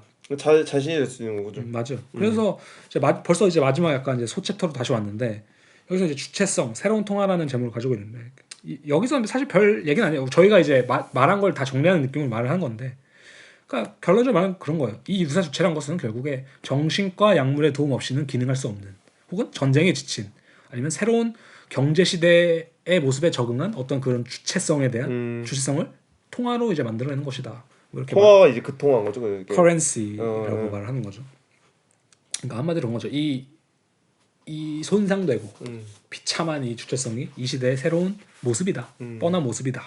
그래서 이제 이자벨은 또 그런 말을 덧붙이죠. 신자유주의 경제는 단순히 노동력만을 착취하는 것이 아니라 우리의 인격, 감정, 사회적 관계 그리고 이전에는 경제적이지 않았던 삶의 다른 측면들에서 보다 포괄적으로 가치를 추출한다. 우리의 욕망이 될 수도 있고, 맞아. 우리의 우리가 원하는 무엇인가가 될 수도 있는 건데. 맞아.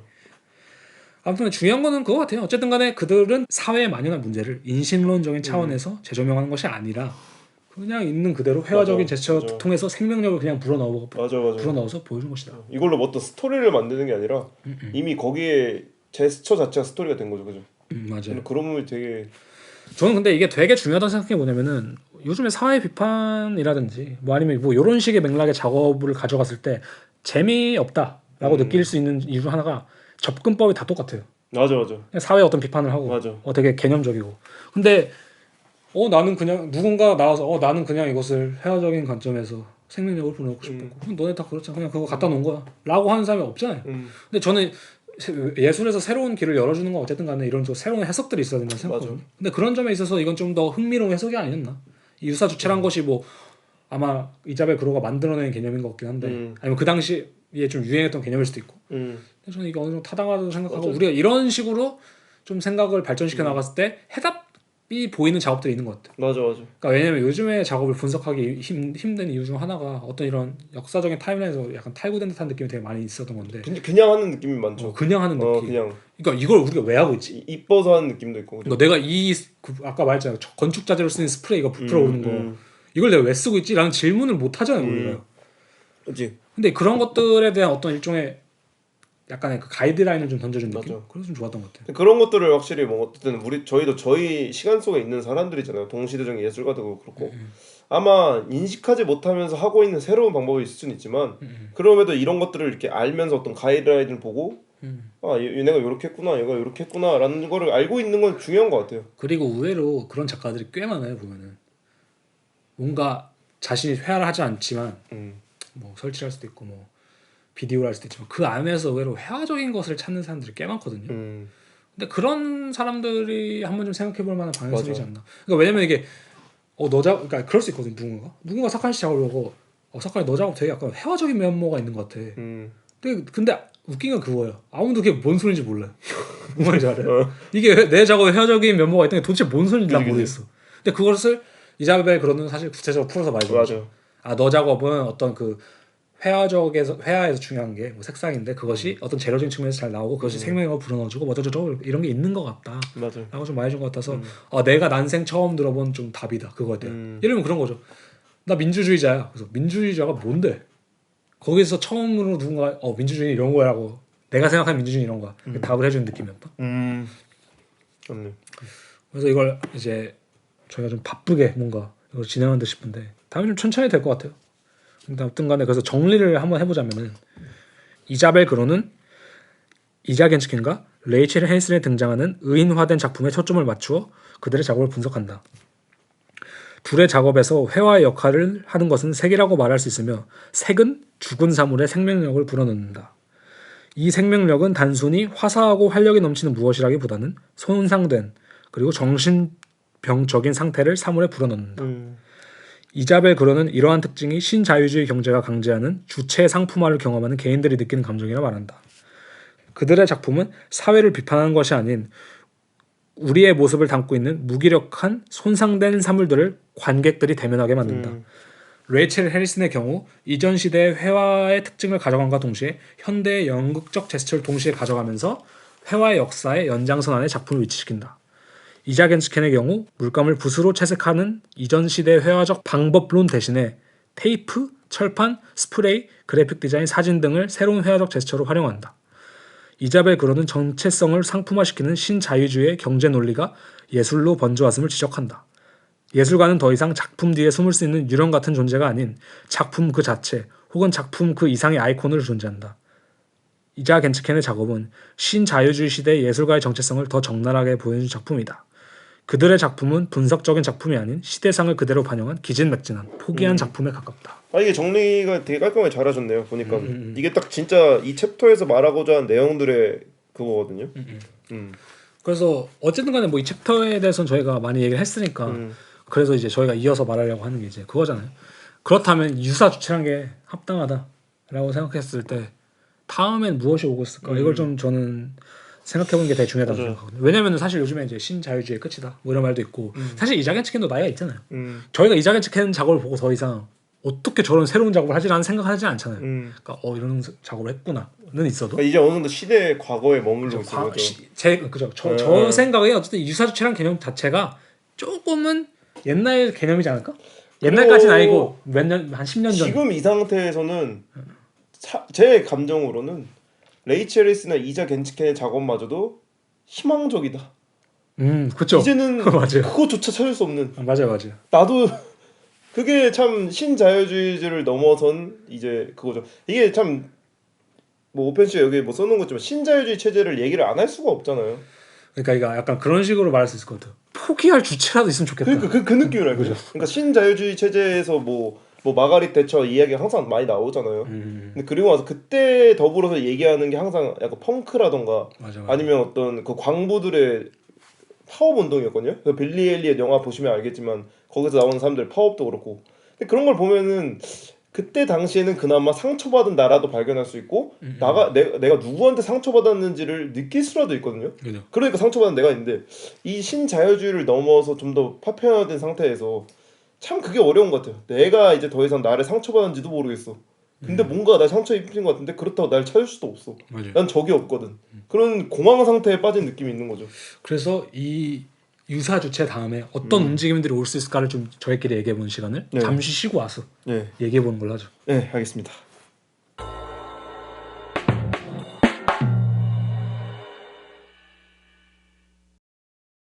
네, 그래서 이제 잠시 쉬고 돌아왔는데 네. 그래서 유사 이제 주체 다음에 무엇이 올까 했을 때 우선은 잠시 보류하고 신자유주의 체제에 대해서 잠시 얘기해 보면 좋을 것 같아요. 방금 말씀하신 것처럼. 근데 신자유주의 체제에 대해서 잘 아시나요? 저도 잘은 몰라요. 저도 경제학도가 네, 아니라서 저도 그러니까요. 뭐 제가 아는 경제 수준은 사실 슈카월드 그거라서 저는 이제 고등학교 때 경제 시간에 배웠던 거 빼고는 그렇게 잘 알진 않는데. 근데 뭐 어쨌든 뭐 찾으면 나오잖아. 어쨌든 그죠. 간략한 정의는. 그죠. 근데 왜냐면 저희가 왜 신자유주의 체제를 굳이 언급하냐면은 그래서 네오리버럴리즘이라는 단어가 너무 많이 나와요. 맞아. 그래서 이건 좀 안 볼 수가 없었지. 그래서 한번 정의라도 좀 이건 해줘야겠다라고 생각한 건데 옛날에 이제 자본주의 체제는 완전 자유 방임 체제였다고 하더라고요. 그러니까 한마디로 정부가 시장에 완전히 개입하지 않는 거. 근데 이제 1930년대 대공황 이후에 이제 시장의 불안정한 대한 비판을 받으면서 정부가 경제 일부 개입하게 됐는데 이제 보통 이제 이거를 케인즈적 간섭주의라고 말을 하더라고요. 이 케인즈적 간섭주의에 대한 비판을 등장한 게 이제 신자유주의인데 한마디로 정부의 역할을 다시 최소화하고 자본가의 자유를 극대화해야 된다. 근데 뭐 사실 이제 그걸로 이제 개막장까지 간 게 사실 이제 서브프라임 모기지 사태 등을 예로 들 수 있는 거죠. 이게 2008년도죠. 그죠. 그리고 이제 다시 이제 코로나가 또 발생하고 여러 가지 일이 있으면서 맞아. 요즘 이제 미국도 이제 뭐 자국 우선주의 정책을 펼치고 맞아. 뭐 여러 가지 인플레이션이 있으니까 뭐 계속 이제 그걸 금리 인상하잖아요.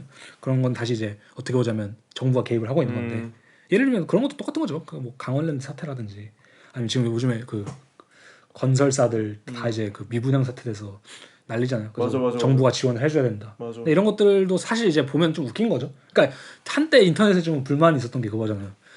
그 비트코인 한창 열풍일 때, 뭐 아니면 뭐 집도 요번에 영끌에서 사다 쳤을 때, 영끌한 건 뭐 시장의 움직임에 개인이 반응한 걸 볼 수 있는데 비트코인 같은 경우 사실 그때 당시에도 그런 말이 많았죠. 이거 도박판이다 그냥. 맞아. 근데 그럼에도 불구하고 그걸 해가지고 뭐 예를 들면 나락간 사람들 있잖아요. 근데 그 사람들 굳이 해줘야 되냐 말아야 되냐 정부가. 뭐 예를 들면 그런 식의 갑론을박이 있었던 것처럼 어떻게 보면 정부랑 이제 그러니까 어떻게 보면 정부가 얼마나 시장에 관여하느냐 사실 이제 이 자본주의 체제에서 되게 중요한 건데 이번에도 그 영국이 그 브렉시트 하면서 EU 탈퇴했잖아요. 그죠. 근데 그것도 이제 신자유주의에 이제 반항하는 새로도 보수주의 물결이라고 하더라고요. 그죠. 이탈리아도 지금 집권당이 어쨌든 이탈리아 지금 총로가 극우파거든요.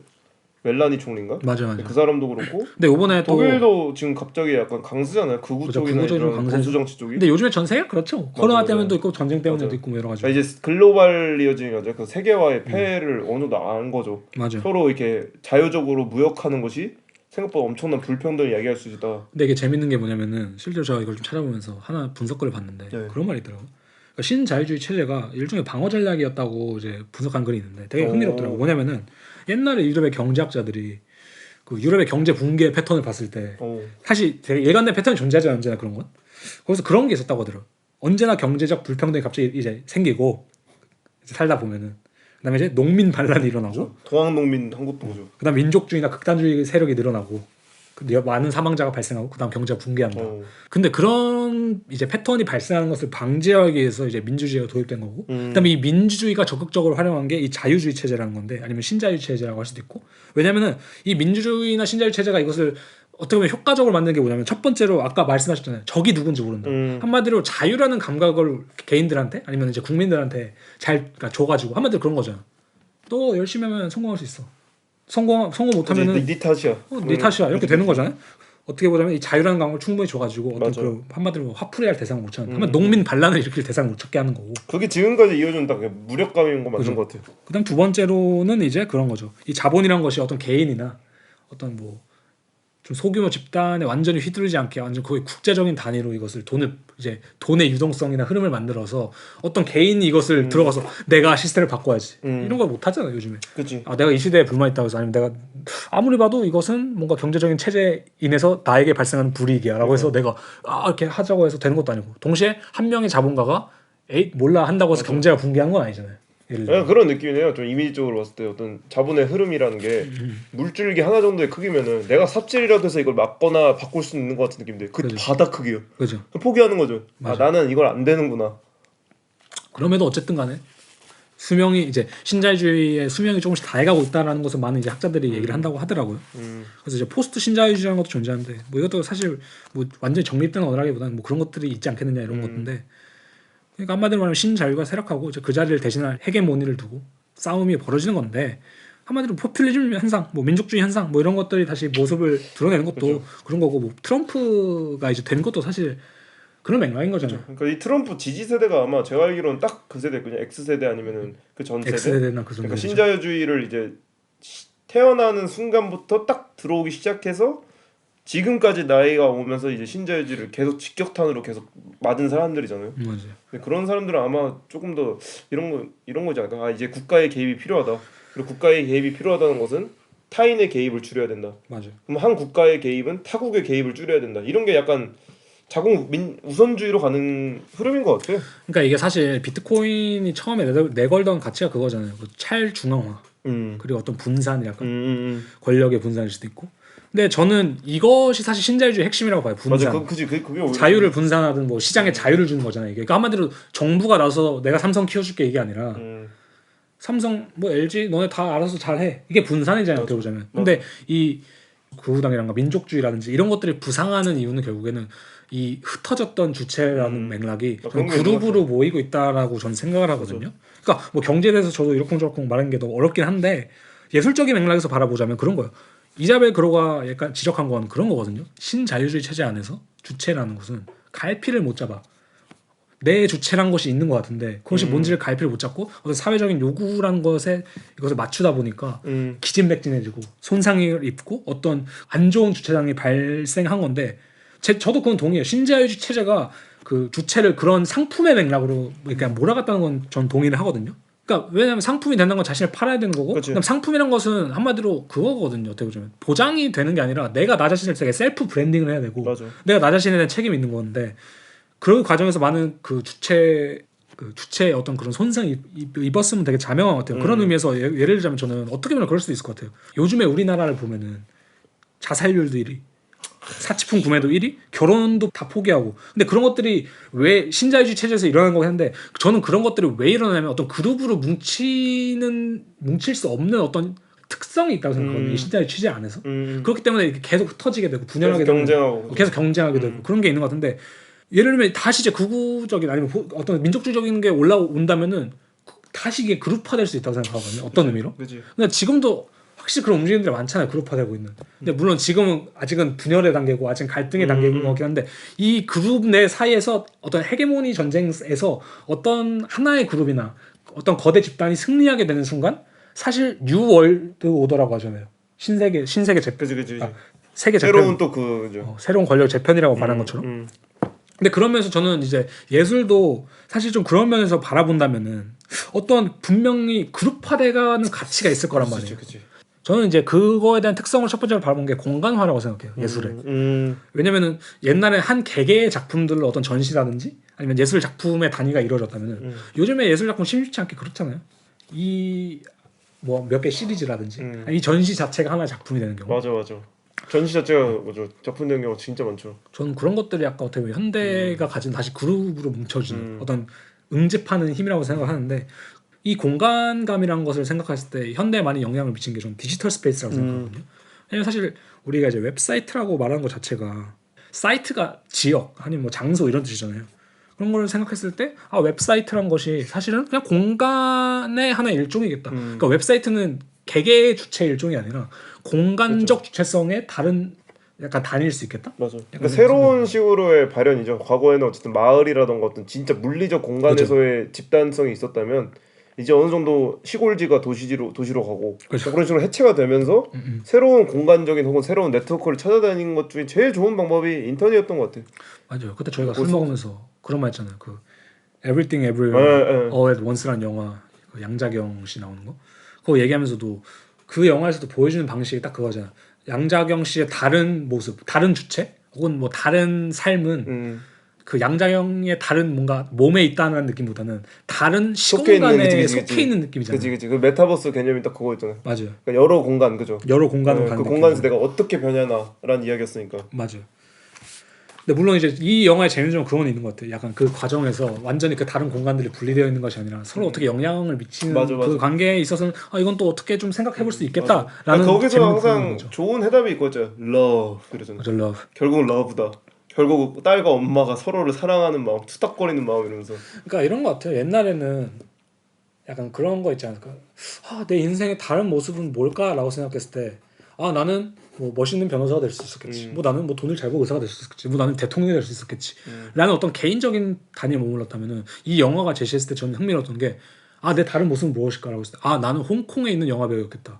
나는 뭐 황야 벌판에 있는 돌멩이였을 수도. 아니면 나는 우주에 있는 행성일 수도. 라는 되게 맞아. 다양한 그 공간적 맥락을 맞아. 제시한 게 재밌었거든요. 맞아. 그러니까 행성이 떵 있는 게 아니고 뭐 갑자기 잘 나가는 뭐가 떵 있는 게 아니라 되게 공간적인 그 실제로 그 양정형 씨가 이게 빨려 들어갈 때 공간이 쑥 바뀌잖아요. 주체는 가만히 있는 그치. 그런 느낌처럼 그런 좀 현대 디지털 스페이스적인 약간 특징을 보여준 게 아닐까. 이 세계물도 그런 것 같아요. 나는 그죠, 이 세계물도 그대로거든요. 나는 그러네. 그대로인데 그 공간에서 나의 스테이터스가 바뀌고 상태가 바뀌고 맞아요. 그냥 그런 또 다른 공간에 가고 막 그런 여행인 거죠. 맞아요. 그래서 어떻게 보면 정체성 아니면 주체성이라는 단위가 점점 공간적인 단위를 이행하고 있으면 우리가 좀 생각해볼 수 있을 것 같은데 실제로 그래서 요즘에 본디라는 그 메타버스 앱이 좀 유행했다고 하더라고요.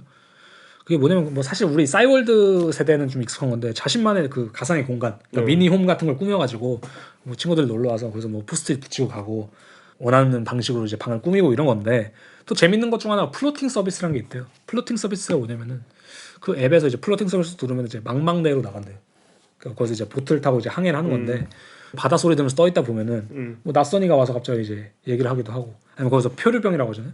해류병이라고 하는데 뭐 자신의 고민을 써가지고 딱 넣고 거기 던지면은 완전 모르는 타인이 받아가지고 뭐 답장을 해주기도 하고. 근데 저는 이런 것들이 재밌는 게 참 공간적인 접근법이겠다. 맞아. 내 고민이란 것이 난 고민이 많은 사람이야. 그럼 나는 어디로 가야 돼? 난 바다 망망대해로 가야지. 라는 어떤 공간적인 맥락을 되게 제시해 준다는 거죠. 그다음에 내가 내 친구의 그 메시지를 보내러 간다는 것은 내가 내 친구의 공간으로 들어가는 거야. 맞아. 동물의 숲도 사실 그거에 되게 전형적인 문을 예시기도 두드리고 하고. 들어가야 되고. 그다음 실제 내 섬이 존재하잖아요. 거기. 그 섬은 내가 좋아하는 애들로 꾸며진 나의 인테리어로 꾸며진 그치. 내가 좋아하는 아이템들로 꾸며진 공간이잖아요.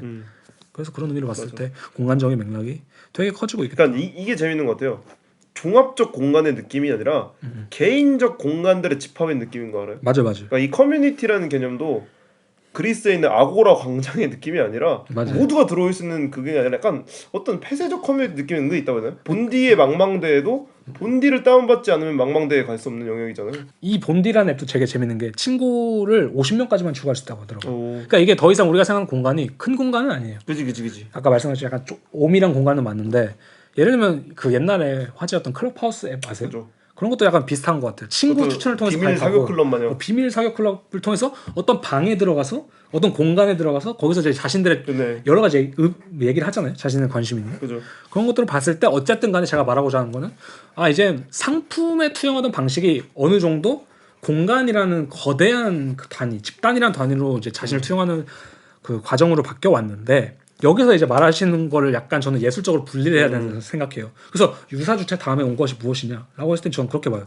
유사 주체적 공간. 그래서 이것은 유사 주체와 유사 공간 사이의 이행기라고 생각하는데 이것은 뭐냐면은 작품이 여전히 유사 주체적인 방식으로 관객들과 소통하고 연결이 되지만 공간과 분리된 어떤 작품이 아니라 주체로서의 공간이 있는 거예요. 그러니까 필립 하네노라는 작가가 이걸 되게 잘 말해주는데 필립 하네노는 그 전시 자체를 작품으로 바라본 사람이고 작품보다 전시가 중요하다고 말을 하는 사람이거든요. 한마디로 공간성을 되게 중요하다고 여기는데 이런 작품들의 특징이 약간 어떤 몰입형 작업이라고 생각을 해요.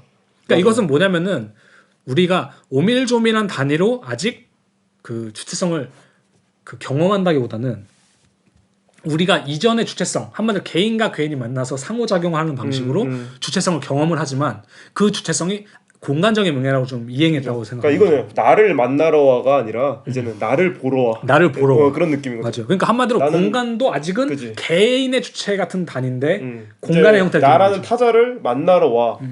라는 느낌이 아니라 나를 보러 와라는 건 약간 나의 집으로 초대의 느낌인 거죠. 그죠? 맞아. 그래서 이런 작가들은 사실 많죠. 도미닉 곤잘레스 포레스터도 있고 제 생각 그레고 슈나이더도 그럴 수 있고 산드라 무징가도 좀 그런 면 있고 그다음 프리슈스 오코요몬이라는 작가도 있고 막 카타리나 볼스도 있고 뭐 이메일 작가도 그런 게 있는데 이런 작업의 특징이 공간과 소통을 해요. 이 공간의 분위기와 이 공간의 전반적인 느낌과 소통을 하는데 그것이 예를 들면은 이자 겐츠켄이 뭐 아까 말씀하신 유모차 있는 어린 아이를 통해서 우리가 소통을 했다면 이 사람은 공간을 통해서 소통하는 거죠. 그런 차이점이 좀 있잖아요. 그런 느낌이죠. 맞아. 그래서 저는 이 과정의 약간 특징을 꼽자면은 이자 겐츠켄과 레이첼 에이스덴이 그들의 작업을 되게 상품적인 방식으로 진열하긴 했지만 동시에 그들이 성취한 건 그런 부분도 있잖아요. 예술이란 것을 어떤 의미로 인식론적이고 어떤 그런 개념적인 항에서 완전히 빼버린 거. 근데 이 케이스는 완전히 반대인 것 같아요. 상품이라는 맥락에서는 이걸 빼왔지만 다시 거대 담론이라는 맥락이 다시 등장했다. 왜냐면은 기관 안에서의 전시공간 혹은 전시공간이라는 것 자체는 저 생각엔 거대 담론이거든요. 그죠. 그러니까 다시 정부의 개입 같은 느낌인 거야. 오히려. 약간 그런 맥락이 있지 않을까? 근데 약간 그런 느낌 같아요. 관람객이 이런 전시에 들어갔을 때 내가 이것들을 지켜보고 있다라고 말할 수 있을까? 아니면 내가 이곳에 들어와 있는 순간 이 작업 자체에 둘러싸여 있는 느낌이 존재되지 않을까? 뭔 느낌인지 아시겠어요? 다시. 그러니까 이자 겐츠켄이나 레이첼 에이슨 작업은 내가 가면은 이 작업들이 놓여져 있기 때문에 내가 얘를 지켜본다라는 느낌을 확실히 느낄 수 있거든요. 그죠. 근데 반면에 이런 설치 전시형적 체험적 작업은 내가 거기에 들어가서 얘들을 조우하는 게 아니라 나도 얘네들을 뭔가 지켜보고 있다라는 느낌이 들 수 있지만 반면에 오히려 그 작업들이 나를 지켜보는 느낌? 그죠. 그게 이제 사실 어떤 거대 담론의 역할이라고 볼 수도 있거든요. 맞아요. 그러니까 개인이 어떤 뭔가 누군가를 지켜내고 보고 찾아낼 수 있는 상태가 아니라 지켜봐지는 상황인 거죠. 어떻게 보면 내가 거기서 들어간다는 상황에서. 맞아요. 그런 게 재밌는 거죠. 맞아. 근데 저 생각에는 이런 이제 이행의 단계 끝에 사실 유사 공간이라는 게 존재하는 것 같거든요. 사실 이게 제가 볼 때는 이제 저희가 다음에 다룰 작가는 되게 직접적으로 이어진다고 생각을 해요. 그러니까 예를 들면 아까 저희가 말했던 것처럼 만약에 유사 주체가 신자유주의의 손상된 주체상을 있는 그대로 보여주는 데 중점을 뒀다면은 유사 주체적 공간은 이 손상된 신자유주의의 주체상에 대한 반발로 일종의 되게 집단적 피신처라는 어떤 참여적인 주체상을 보여줬던 거죠. 그러니까 거기는 계속 머물 수 있는 곳은 아니라고 생각해요. 저는. 왜냐면 어쨌든 간에 신자유주의가 거부했던 것을 그대로 보여주기도 하고 동시에 이것은 되게 집단적 피신처라고 생각한다는 거죠. 그죠. 제 생각에는. 그러니까 사실 거기서는 사실 주체성이 아무런 발전이 없어요. 제가 생각했을 때. 왜냐면 이전의 주체성과 크게 다를 건 없는 건데 형식이 되게 바뀐 것 뿐이거든요. 근데 이 다음에 오는 이제 유사 공간이라는 주체상은 이 집단 혹은 이 공간, 이 그룹 자체를 다시 유사 주체와 비슷한 방식으로 상품화시켰다고 생각을 해요. 이것마저도 이렇게 보는 거죠. 저는 사실 이거를 딱 다음 이번 작가가 이걸 진짜 잘 나타내잖아요. 딱 좋은 소재가 지금 머릿속에 떠올랐거든요. 제가 뭐 찾고 있었긴 했지만 그게 바로 딱 그거였던 것 같아요. 이제 음악계의 변화가 이 부분을 정확히 보여주는 것 같아요. 미술처럼. 그래서 그게 너무 신기한 것 같아요. 음악계? 네. 어떤 의미로? 뭐 예를 들면은 펑크는 정부를 욕하면서 싸우잖아요. 그러고서 나온 게 사실 그 다음에 나왔던 게 레이브거든요. 레이브는 일종의 자기들끼리 비밀 장소를 찾아서 경찰들을 피해 숨는단 말이에요. 근데 이거마저도 지금은 사실 이 레이브가 지금 퍼져나가서 자본이 되어서 커진 게 대형 EDM 페스티벌이에요. 그죠. 근데 그것마저도 이제 우리가 그것이 보이잖아요. 그죠. 이것이 공간적으로서 어떤 집단적으로서의 자본화, 콘서트를 가는 개념도 약간 그런 걸로 볼 수도 있고. 그리고 이건 저가 아마 다음 시간에 말하려고 준비했던 건데 여기서 잠시 얘기하자면, 전 뉴진스가 왜 성공했는지 이 방식으로 좀 해석할 수 있을 거거든요. 사실 뉴진스 바로 전에 등장한 게 이제 에스파라든지 그 가상의 그 완전히 공간에 관객들을 참여시킨다라는 맥락이 좀 있었던 것 같거든요. 네가 우리의 세계관에 들어오면 우리를 이해할 수 있을 거야. 아, 그런 식으로. 근데 뉴진스는 사실 그런 걸 강요하지 않아요. 제가 볼 때 뉴진스가 보여주는 세계관은 특정한 세계관이 분명히 존재하거든요. 뭐 예를 들면 뮤비에서 그게 되게 잘 드러내잖아요. 뭐 복고적인 느낌일 수도 있고, 뭐 파릇파릇한 뭐 향수성이 있죠. 옛날에 저희가 향수라고 말을 하잖아요. 근데 그들은 우리의 참여를 바라지 않아요. 그냥 그들은 마치 상품처럼 그 어떤 조그만 그 미니어처의 형식으로 우린 거기서 놀고 있고 넌 우리를 보고 귀여워해라. 뭔 느낌인지 알겠네. 그냥 거기서 너의 모습을 봐라. 너는 그냥 우리 보기만 하면 돼. 그러니까 이거는 다른 말로 하자면은 유사 공간은 즉 유사 주체를 우리가 보는 방식이랑 똑같아요. 거기서는 어떤 사회적인 비판도 없고 그게 된 거죠, 그치? 사회적인 비판도 없고 그냥 너네의 모습을 보여줄게. 너는 여기 참여할 필요도 없고 이건 너네 모습이야. 그냥 보기만 하면 돼. 근데 유사 공간은 그것이 인간의 형상이 아니라 공간의 형상으로 나타나는 거죠. 그러니까 이런 느낌이죠. 에스파는 내 팬이 되어줘. 나와 같이 블랙맘바와 싸워줘. 그죠. 그러면 뉴진스는 우리 이렇게 놀고 있어요. 그러면서 사람들이 보기엔 야 얘네 되게 향수를 불러일으킨다. 나는 좀 더 무서운 상태가 돼버린 거죠. 보면. 맞아. 그다음에 이것이 뭔가 나의 주체와 어느 정도 연결이 돼 있고 나도 저런 적이 있었는데 아니면 나도 저런 문화에 관심이 있는데 나도 이게 좋은데 근데 이게 참 재밌는 것 같아요. 어떻게 보세요? 그래서 사실 더 무서워진 거예요. 더 무서워진 거죠. 저는 사실 이게 되게 무섭다고 생각을 해요. 맞아. 왜냐면 공간이란 것 자체가 상품화가 된 거거든요. 이제. 그러니까. 근데 우리가 주체성을 느끼는 방식이 더 이상 인간적인 방식이 맞아. 아니라 어떤 집단적인 방식이고 공간적인 방식으로 변화했다. 이제 도망 나온 것 같았는데 도망 나온 곳마저 이제 글라스 거기에 딱 갇혀 있는 그걸 실제로 디오라마가 될 수도 있고. 모 평론가가 이제 인스타에서 막 그런 걸 올리셨다고 말씀해 주셔서 봤는데 뭐 옛날에 거대 이제 조각 작품들이 있었다면 아, 예. 요즘에 젊은 작가들은 뭐 맞아. 조그만 단칸방에서 하는 게 요즘의 시대를 보여준다. 저는 그것도 일정 부분 비슷한 맥락이 맞아 있다고 맞아. 저도 생각을 한것 그 같아요. 부분 많이 생각했어요. 사실 이자겐 치킨도 꽃 작업 크게 했었잖아요. 그죠? 아시죠? 그런 부분들도 약간 어떤 주체성이나 뭔가 거대 담론을 딱 이렇게 타자로 조우하는 느낌이라면 이제 그게 펑 터지고 없잖아요. 맞아요. 그래서 이제 어딘지 모르고 있다. 아 이런 공간에 체험이 있구나라는 식으로 이제 발전했다면 이제는 그것마저도 그렇게 크게 보여주는 대신에 상품적으로 뭔가 조그맣게 하는 게 이제 저희가 다음 작가 얘기를 하면서 할 수 있는 얘기죠. 맞아요. 그래서 간단히 정리하자면 그런 건데 이제 주체라는 맥락이 인간이라는 형상에 머물지가 않고 더 이상 사실 이제 공간의 단위로 넘어왔다 이걸 말하는 것 같아요. 맞아요. 그래서 이번 편을 좀 들으시고 뭔가 막 이런 식의 작업을 하시는 분들이면은 어떤 주체성이나 뭐 이런 정체성 뭐 이런 걸 좀 다루시는 분들은 확실히 그런 거를 좀 이런 것도 염두에 보면은 확실히 맞아. 좀 도움이 되지 않을까 좀 그런 그래서 생각이 이게 제가 진짜 웃긴 게 저희가 어쨌든 제가 이자벨 그로를 읽고 있던 참에 이걸 텍스트를 추천해서 읽긴 했지만 이게 저희가 다음 작가랑 소개할 분이랑 너무 연결돼서 좀 소름 돋지 않았어요? 맞아요. 사실 저는 되게 좀 이거 거의 운명적 텍스트인가 이 정도. 좋은 트랜지션이죠. 완전 좋은 트랜지션인 것 같아요. 이게 보여진다고 해야 되나 이 흐름이.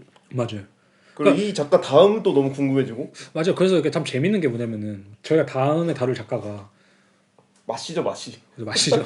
근데 이제 그냥 딱 겉모습만 봤을 때는 이게 미니멀리즘 초창기랑 아예 다르잖아요. 아 그죠. 뭐 연결될 그치 건덕지 그치 없잖아요. 그치 그치. 뭐 조각이라고 치면 조각인 거긴 한데 근데 이 흐름에서 봤을 땐 이렇게 자연스러운 흐름일 수도 있겠다. 연결이 되겠다라는 어떤 흐름이 보여서 저는 맞아. 참 재밌었던 것 같아요. 맞아, 이걸 또 맞아. 같이 읽었던 게. 맞아. 그래서 저희가 아마 저가 이거 PDF로 올려드릴 수 있을 거거든요. 이 링크로. 왜냐면 이게 그 갤러리에 애초에 이거- 올라온 게 있어요. 퍼져 있는 거죠? 이건 그 갤러리에서 올린 거니까 뭐 저를 탓할 건 그치? 아닌 것 같아요. 그래서 이거를 좀 올려드릴 수 있을 것 같은데 회화를 하신 분들은 이거 진짜 한번 읽으면 진짜 너무 좋을. 저는 읽어보지 않았는데 이 책이 지금 나온 지도 오래도 안 돼가지고 맞아 올해 19년? 그 정도쯤에 나왔죠. 그때쯤 네, 나왔죠. 근데 약간 총망라해둔 현재까지. 심지어 저희 첫 편에 소개했던 야나 오일로 소개까지 나와 있으니까. 맞아요. 그리고 그 헤어 타임 파트 부분이 또 재밌는 그 챕터가 이제 네트워크거든요. 저희가 이제 뭐 어쨌든 밀레니얼 잘 세대라고. 분석했네요. 그러니까요. 그때 뭐 키펜버그 얘기하면서 그러니까요. 네트워크 그거는 굉장히 흥미로운 것 같아요. 그래서 아무튼 저희가 첫 편이라서 좀 횡설수설했을 수는 있을 것 같은데 그래도 저희가 앞으로도 양질의 테스트를 잘 준비해서 또 이제 코너 속의 코너니까.